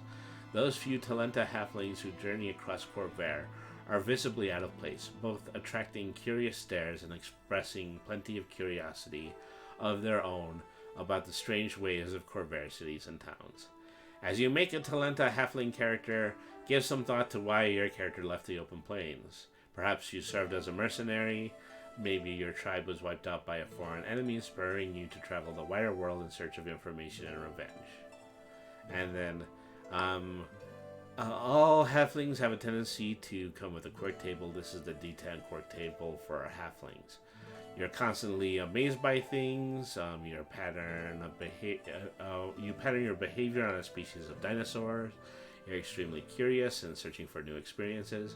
You love to boast, and you're always telling exaggerating stories of your amazing adventures. You wear a mask that you believe holds the spirit of your former dinosaur mount, and you like to talk to it. You don't understand the concept of facts. Everything is a story, and the truth is in how you tell it. You are annoyed by buildings and tools designed without consideration for small people. You seek vengeance in a wrong done to your people. You never forget an insult or injury, or you ascribe everything to the work of spirits. So, again, halflings of the 5 nations, halflings and dragon marks. 2 dragon marks appear among the halflings of Corvair, the Mark of Healing in House Jurasco, and House Galahandra's Mark of Hospitality. Both marks are ancient, first manifesting among the halflings about the same time that the elves of Erenel received their first marks, centuries before the arrival of humans on Corvair. Sometimes halflings of House Galandra joke that their mark prepared them for the arrival of humans by allowing them to make their new guests comfortable in Corvair. There's actually some truth in the rumor. The services provided by both halfling houses helped enable the spread of humanity across the entire continent. With its powers related to food and shelter, the Mark of Hospitality was a boon to the early halfling nomads, but now it allows House Galanda to run the best inns, hostels, and taverns in the land. Similarly, the Mark of Healing has always been a boon to both the nomads and settlers facing dangerous wilds, and House Jarasco employs both magical and mundane healing techniques to tend to the well-being of patients across Corvair. Okay, we're in the human chapter. Anybody want to go to the bathroom? I'm just kidding. Okay, the first human settlers came to Corvair about 3,000 years ago, landing in the area now known as the Lazar Principalities. From there, they began a slow but inexorable spread across the continent, disrupting the placid elven empire of Arendelle and leaving further ruined remnants of the fallen Dakani goblin kingdoms in their wake. During this migration, they found the settlements that would grow into the Five Nations. Even today, humans make up the majority of the population of these countries. Despite their relatively short lifespans, or perhaps because of them, humans are innovative, adaptable, and aggressive, always pushing their limits and pursuing new ideas. So, there's a table of 10 different human origins. And so, humans are versatile enough that, I don't feel as though I should actually need to read through them. Other than the fact that they pertain, directly to the environment. 5 different dragon marks appear amongst the humans, because they always get the lion's share when it comes to environmental traits, don't they? Reflecting their dominant status among the races of Corvair. The Mark of Making is found in House Cannith, which is used to become one of the most powerful houses, creating an abundance of both magical and technological wonders. The Mark of Passage aids the humans of House Orion in operating the lighting rail and trade caravans running across the continent. The Mark of Sentinel makes the bodyguards, mercenaries, and sentinel marshals of House Deneath widely respected across Corvair. And the Mark of Handling appears in House Vidalis, which allows it to breed fine mounts and other creatures. And humans also number those among House Thurashk and manifest the Mark of Finding with their half-orc kin. Okay.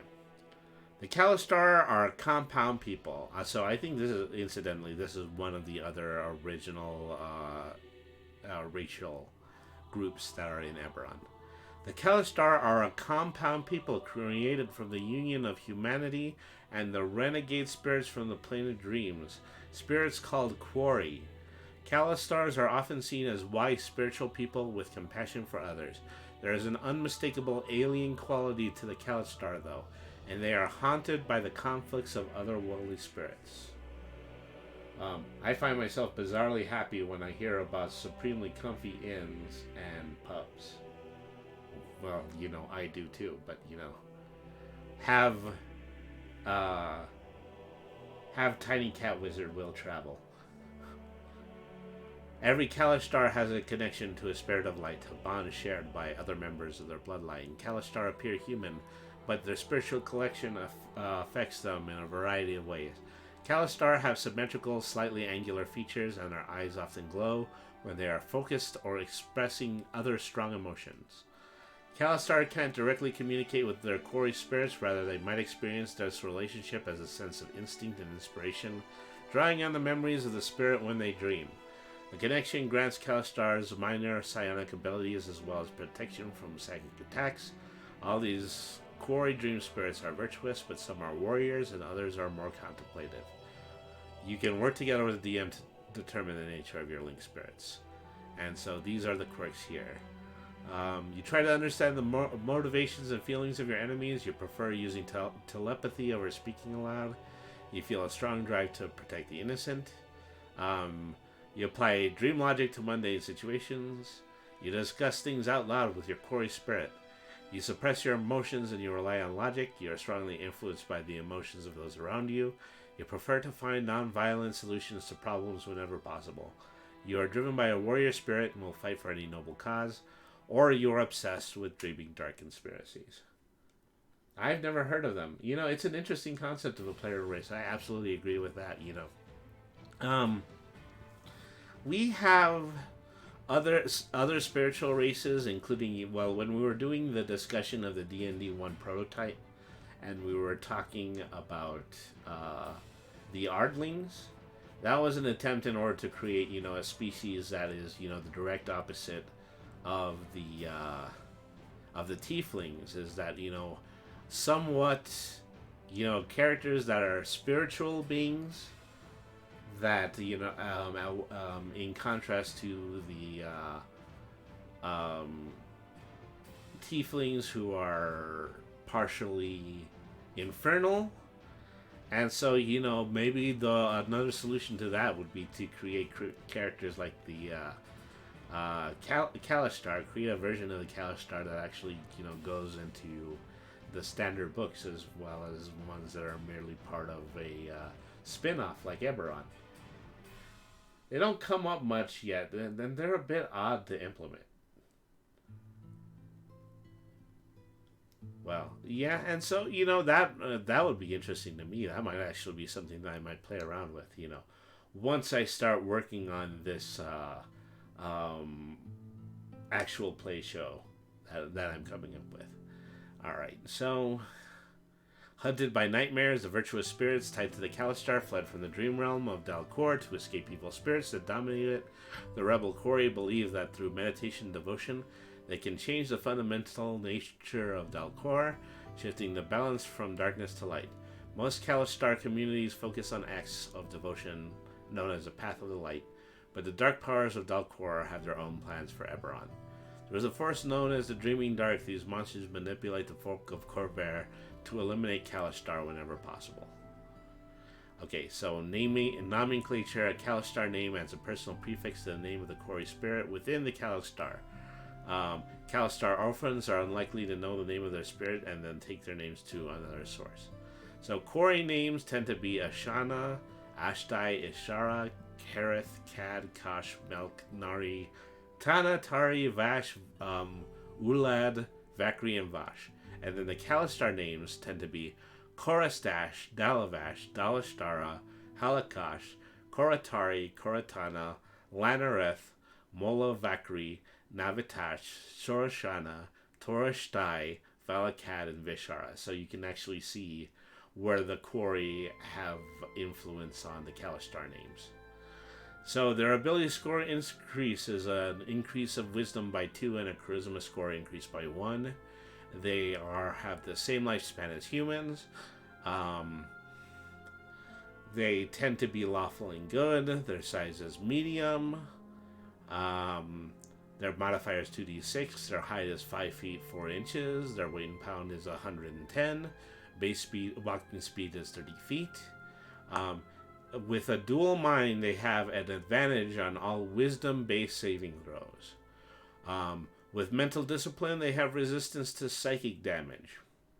And so this is another thing that I believe is necessary in mainstream Dungeons & Dragons, is that there are very little to no races that actually have natural resistance to psychic damage.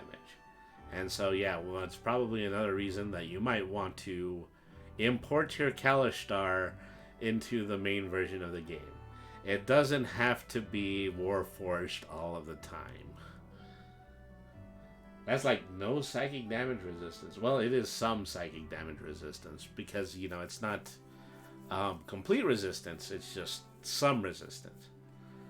I think typically the rule is that, anytime somebody with resistance takes damage, they have a tendency to take half of the damage that they would if they didn't have resistance. I think that's typically what the rule is.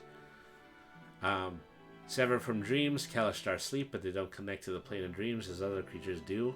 Instead, their minds draw from the memories of their otherworldly spirit while they sleep. You are immune to spells and other magical effects that require you to dream. Like dream, but not to spells and other magical effects that put you to sleep. You can speak, read, and write Common, Kori, and then one other language of your choice. Well, some is better than none. That's pretty impressive. I'm glad they added it in some way. Okay. Orcs and half-orcs. Thousands of years before the humans came to Corvair, the land was dominated by wild orcs and goblinoids of the Decani Empire. The Goblin Empire scattered the orc tribes and forced them into harsh and unwanted lands. The swamps of the Shadow Marches, the Demon Wastes, and the depths of the Ironroot Mountains. But in the Shadow Marshes, the orcs learned secrets of druidic magic from the Dragon Varak, becoming the first of the gatekeepers. With the invasion of the alien Dalker form Zoriat, the gatekeepers put the dragon's teaching to the test, creating magical seals that bound the Dalker in the depths of Kyber and protected Eberron against further incursion from the Plane of Madness. The Orcs of the Shadow Marches. The Orc gatekeepers played a crucial role in defeating the Dalker and binding their evil in Kyber, and their descendants continue to maintain the ancient seals and fight aberrations spawned by the Dalker's corruption. However, many orcs have succumbed to that same corruption and embraced the madness of the cults of the dragon below. Orcs who follow both of these paths tend to continue to live in the Shadow Marshes, and centuries of battles between them have diminished both sides. And so there is just a table of reasons that anybody of this class would actually leave the Shadow Marches. You're associated with the gatekeepers, and you're on a quest to combat a Delcar-related threat beyond the bounds of the Shadow Marshes. House Thrash recruited you from the Marches to serve as a mercenary in the last war. You're a simple hunter, but you've decided to seek your fortune or a real challenge in the world beyond the Marches. Your village was destroyed by monsters from Droam, so you're looking for a new place in the world.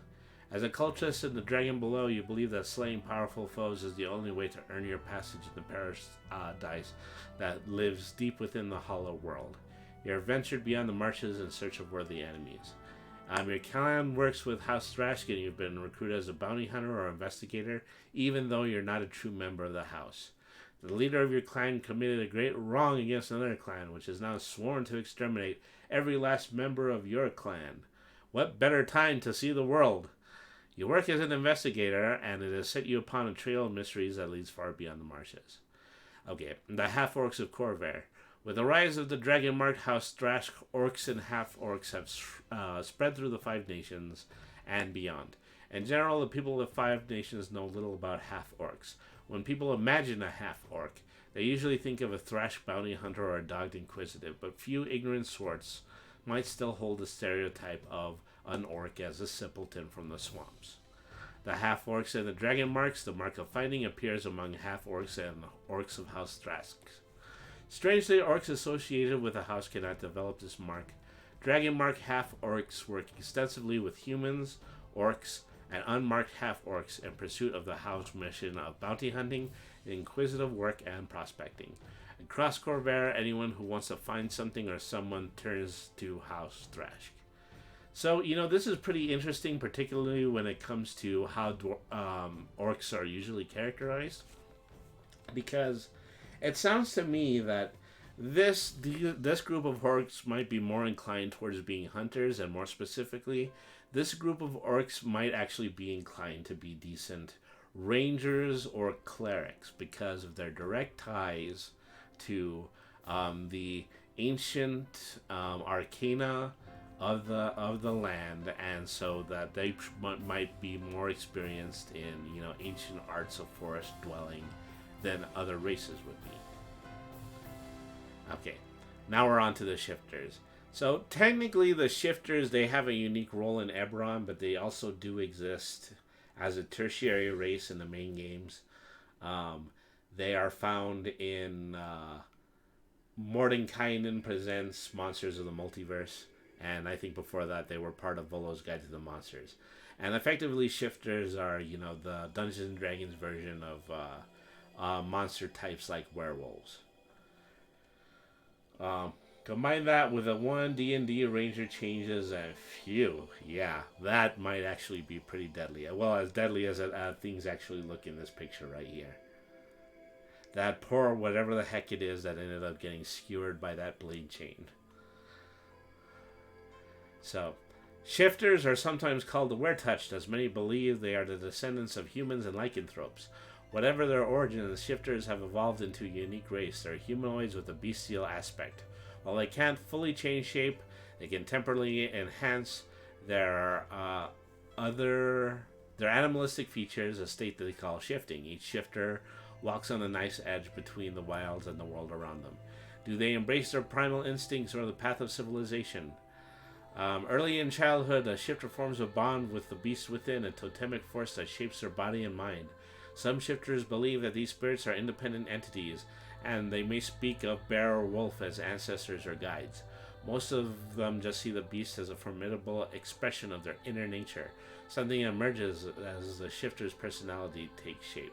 The beast within is a pool of powerful instincts, and its influence is revealed by a shifter's personality. A feline shifter might be cool and distant, driven by predatory instincts, while a shifter with a lupine spirit might be drawn to find and protect a pack. When a shifter fully embraces this beast within, they can physically transform for a short time. While the beast within certainly has a physical impact on a shifter, it has a spiritual and psychological effect as well. Two beast hide shifters share the same special ability, but if one has the aspect of a boar and the other is more like a bear, they will be quite different in personality. With any shifter, identifying the beast within is a crucial part of understanding the character. Shifters are similar to humans in height and build, but are typically more lithe and flexible. Their facial features have a bestial cast, often with large eyes, flat noses, and pointed ears. Most shifters also have prominent canine teeth. They grow fur-like hair on nearly every part of their bodies. Shifters have a long presence in the Eldine Reachers, but can be found in rural areas across Corvair, where they often live among humans. While they form powerful bonds to friends and kin, shifters place great value on self-reliance and freedoms. It is a shifter proverb to always be prepared for the journey yet to come, and most shifters strive to be ready for change or opportunity. Shifters have no language of their own, and they often live in blended communities. The names typically overlap with the names of other cultures in their region. Shifter names have a tendency to...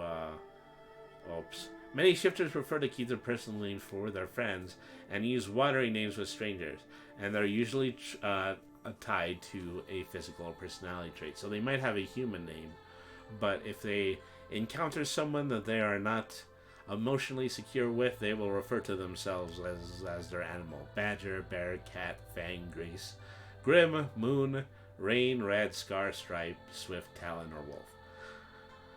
And so shifters rarely live to be beyond the age of 70.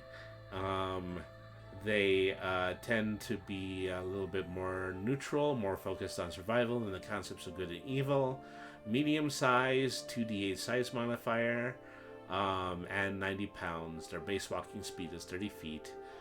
They have superior dark vision. They have the ability to shift to their more bestial appearance. The transformation lasts for 1 minute until you die, or until you revert to your normal appearance as a bonus action. When you shift, you gain temporary hit points equal to your level plus your constitution modifier. You can speak, read, and write common, and the sub-races tend to include the Beast Hide, the Longtooth, the Swift Stride, and the Wild Hunter. The Beast Hide is stoic and solid. A Beast Hide shifter draws strength and stability from the beast within. Beast Hide shifters are typically tied to the bear or the board, but this subrace can equally embody any creature known for its toughness. The Longtooths are fierce and aggressive, but they form deep bonds with their friends. Many Longtooths have canine traits that become more pronounced as they shift, but might instead draw on tigers, hyenas, or other predators. The Swift Stride are graceful and quick, typically feline in nature. They are often aloof and difficult to pin down physically or socially. I was having a good time, and I have honestly never felt more attacked. Okay, the Wild Hunt are sharp and insightful. Many are constantly alert, ever wary for possible threats. Others focus on their intuition, searching within. Wild Hunt shifters are excellent hunters, and they also tend to become the spiritual leaders of shifter communities. Okay, so that brings us to the Tieflings. Tieflings rarely appear in the cities and towns of Corvair, with most dwelling at the fringes of civilization. Many Tieflings are born to the Carrion tribes of barbarians who live in the demon wastes. Such Tieflings are touched by the fiendish forces bound beneath the wastes, and tribes consider them to be blessed. If you're playing such a tiefling, why have you left the wastes? Other tieflings are shaped not by fiendish powers, but by the influence of the fiend-tainted planes. Such tieflings might be born in manifest zones where a plane exerts influence over a region. Planar tieflings are oddities, often seen as strange, but not necessarily evil. Finally, the venomous denimus. I don't know if I said that right. The venomous demisne. Demisne.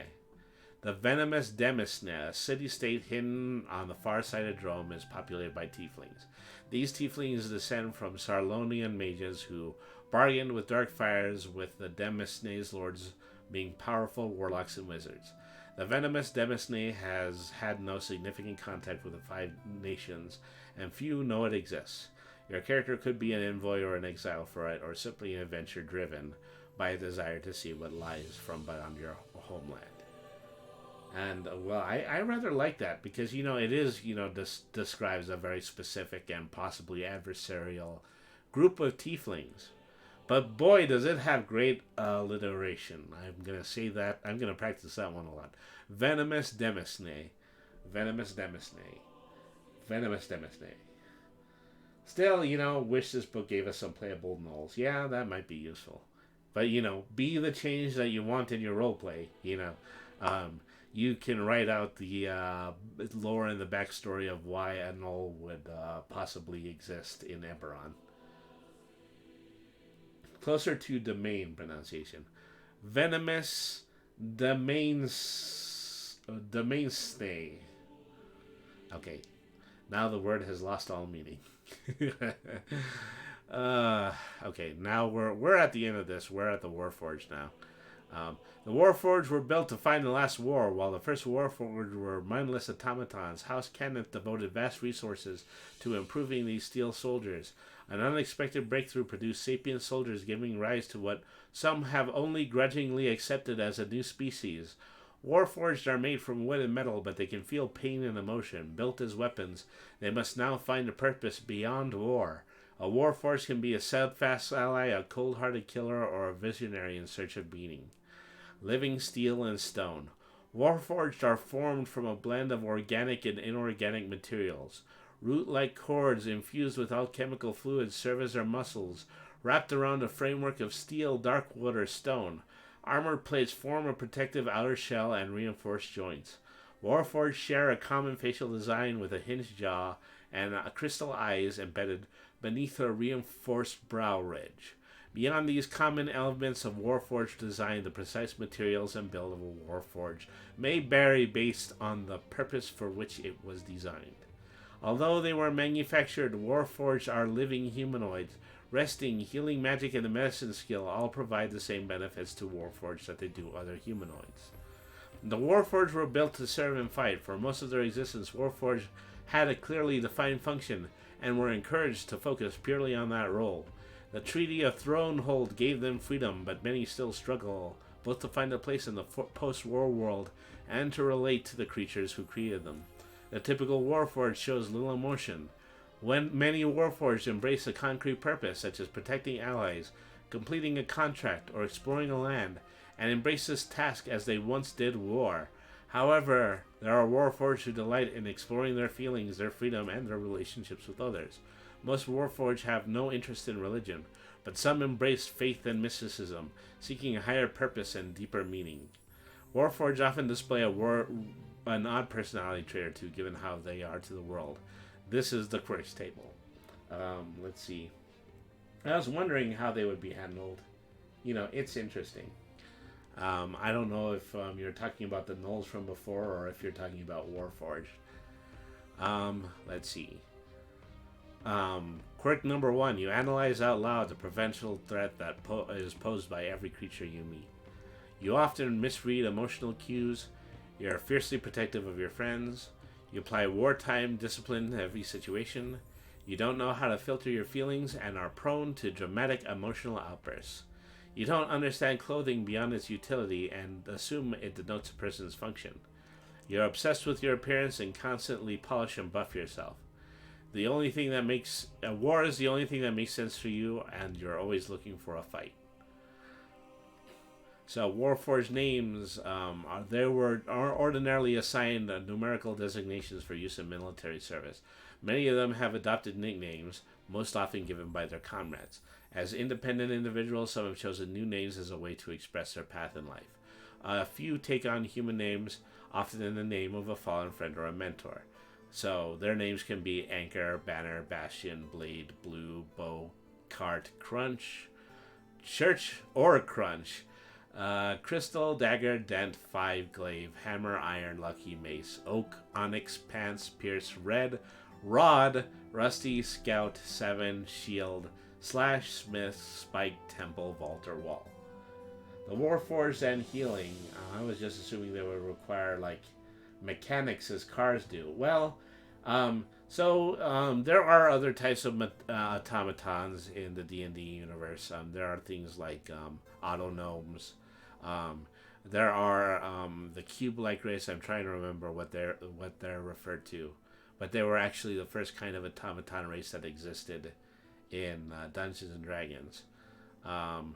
But effectively, yeah. So there are, some creatures that are strict robots, but the Warforged are not one of them. They are partially made out of organic material, and depending on how the character is created, that organic material can vary. Some of them say that they can be made out of reanimated corpses. Others of them say that they are made out of plants. They are often described as having a muscular sinew that is similar to that of trees. So they're effectively partially metal and partially wood. And so, using a healing spell on the Warforged will work. That is unlike, any other type of automaton race, which would, more likely be in need of a mechanic if they were to get harmed. Okay, so ability score increases, constitution increases by 2, and then one other ability increases by 1. A Warforged is typically between 2 and 30 years old. The maximum Warforged lifespan remains a mystery. So far, Warforged have shown no signs of deterioration due to age. You're immune to magical aging effects. Most Warforged take comfort in order and discipline, tending towards law and neutrality, but some have absorbed the morality of the beings which they have served. Size is medium. Weight is about 270 pounds. Your walking speed is 30 feet. Constructed resilience. You're created to have remarkable fortitude, represented by the following benefits.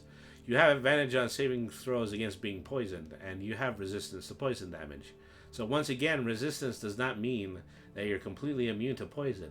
It just means that you would probably take half of the damage if you had a successful poison attack taken against you. You don't have to eat, drink, or breathe. You're immune to disease. You don't need to sleep, and magic can't put you to sleep. Sentry's Rest. When you take a long rest, you must spend 6 hours in an inactive, emotionless state, rather than sleeping. In this state, you may appear inert, but it doesn't render you unconscious, and you can still see and hear as normal. Integrated Protection. Your body has built-in defensive layers, which can be enhanced with armor. You get a +1 bonus to armor class. You can don only armor with which you have a proficiency. To don armor other than a shield, you must incorporate it into your body over the course of 1 hour, during which you remain in contact with the armor. To doff the armor, you must spend an hour removing it, and you can rest while donning or doffing armor in this way. And while you live, the armor incorporated into your body can't be removed against your will. You gain 1 skill proficiency and 1 tool proficiency of your choice, and you can speak, read, and write Common and 1 other language of your choice. And so we've gone over the introduction, we've gone over the character creation, which was, an enormous amount of information. We have both described effectively the inner workings of the entire Eberron universe and all of the people who live in it. And so the very next chapter is going to be about dragon marks, which is, similar to guild systems, particularly the guild system that characterized the first few books of 5e. But, we're already at our 2-hour mark, so we're probably going to say that for another week. I keep foolishly assuming that I can blow through the entirety of a Dungeons and Dragons book in one stream. That's just something I'm going to need to stop assuming. But at any rate, that is Eberron in introductory terms, and OS Devin is saying I really like the new Eberron book, and I enjoy it too. I would like to be in a situation where I would get to run this, and so I'm going to get a chance probably just to do a game or two, since I'm working on this multiverse campaign for this channel. But it's really great, and it's really great particularly in terms of creating a new environment for a potential Dungeons and Dragons game. And so I do really appreciate it for that purpose, for that reason. And it was quite nice. Yeah, it was a lot of fun, and well, that's really just about the long of it. We all hope we're going to get an opportunity to run it at some point. Anyways, thank you everybody for tuning into tonight's stream. I remain Brady the RPG Cat. I am going to be back tomorrow, and I'm going to be doing my weekly game of Yu-Gi-Oh! Master Duel with Rocky Mountain Pro and GreatMedia.Games. Speaking of GreatMedia.Games, this stream is sponsored by GreatMedia.Games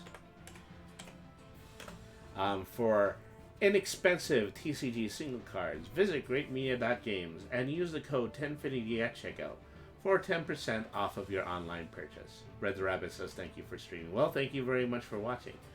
I certainly wouldn't be streaming, if people weren't interested in this, particularly when it comes to these lore streams that, people need to be interested in the Dungeons & Dragons material in order to listen to me sit here for 2 hours and ramble about it.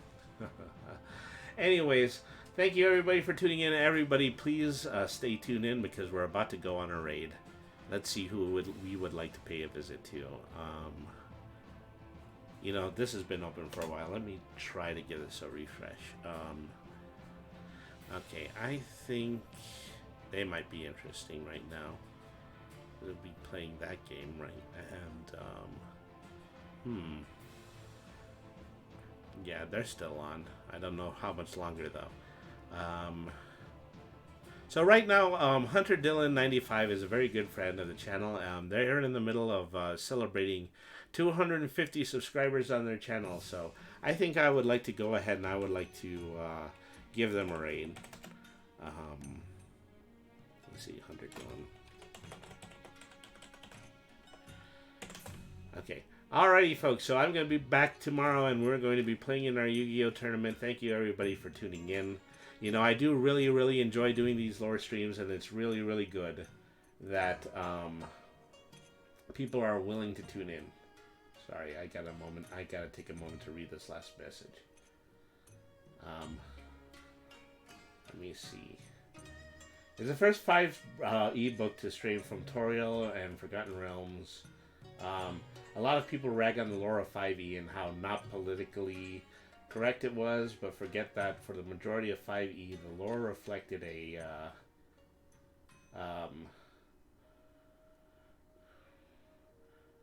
sorry, I'm just having a hard time reading this because of my chat configuration. Because the majority of 5e, the lore reflected a very singular region of an entire planet. Yeah, we did stick pretty soundly to the Sword Coast when it came to writing lore for 5e. And so, yeah, people just kind of got objectively pretty tired of it, We know Baldur's Gate. We've all been through Baldur's Gate. But anyways, thank you everybody for tuning in. I'll be back tomorrow. I hope everybody is able to tune in for that one. Have a good night, everybody, and thank you very much for watching.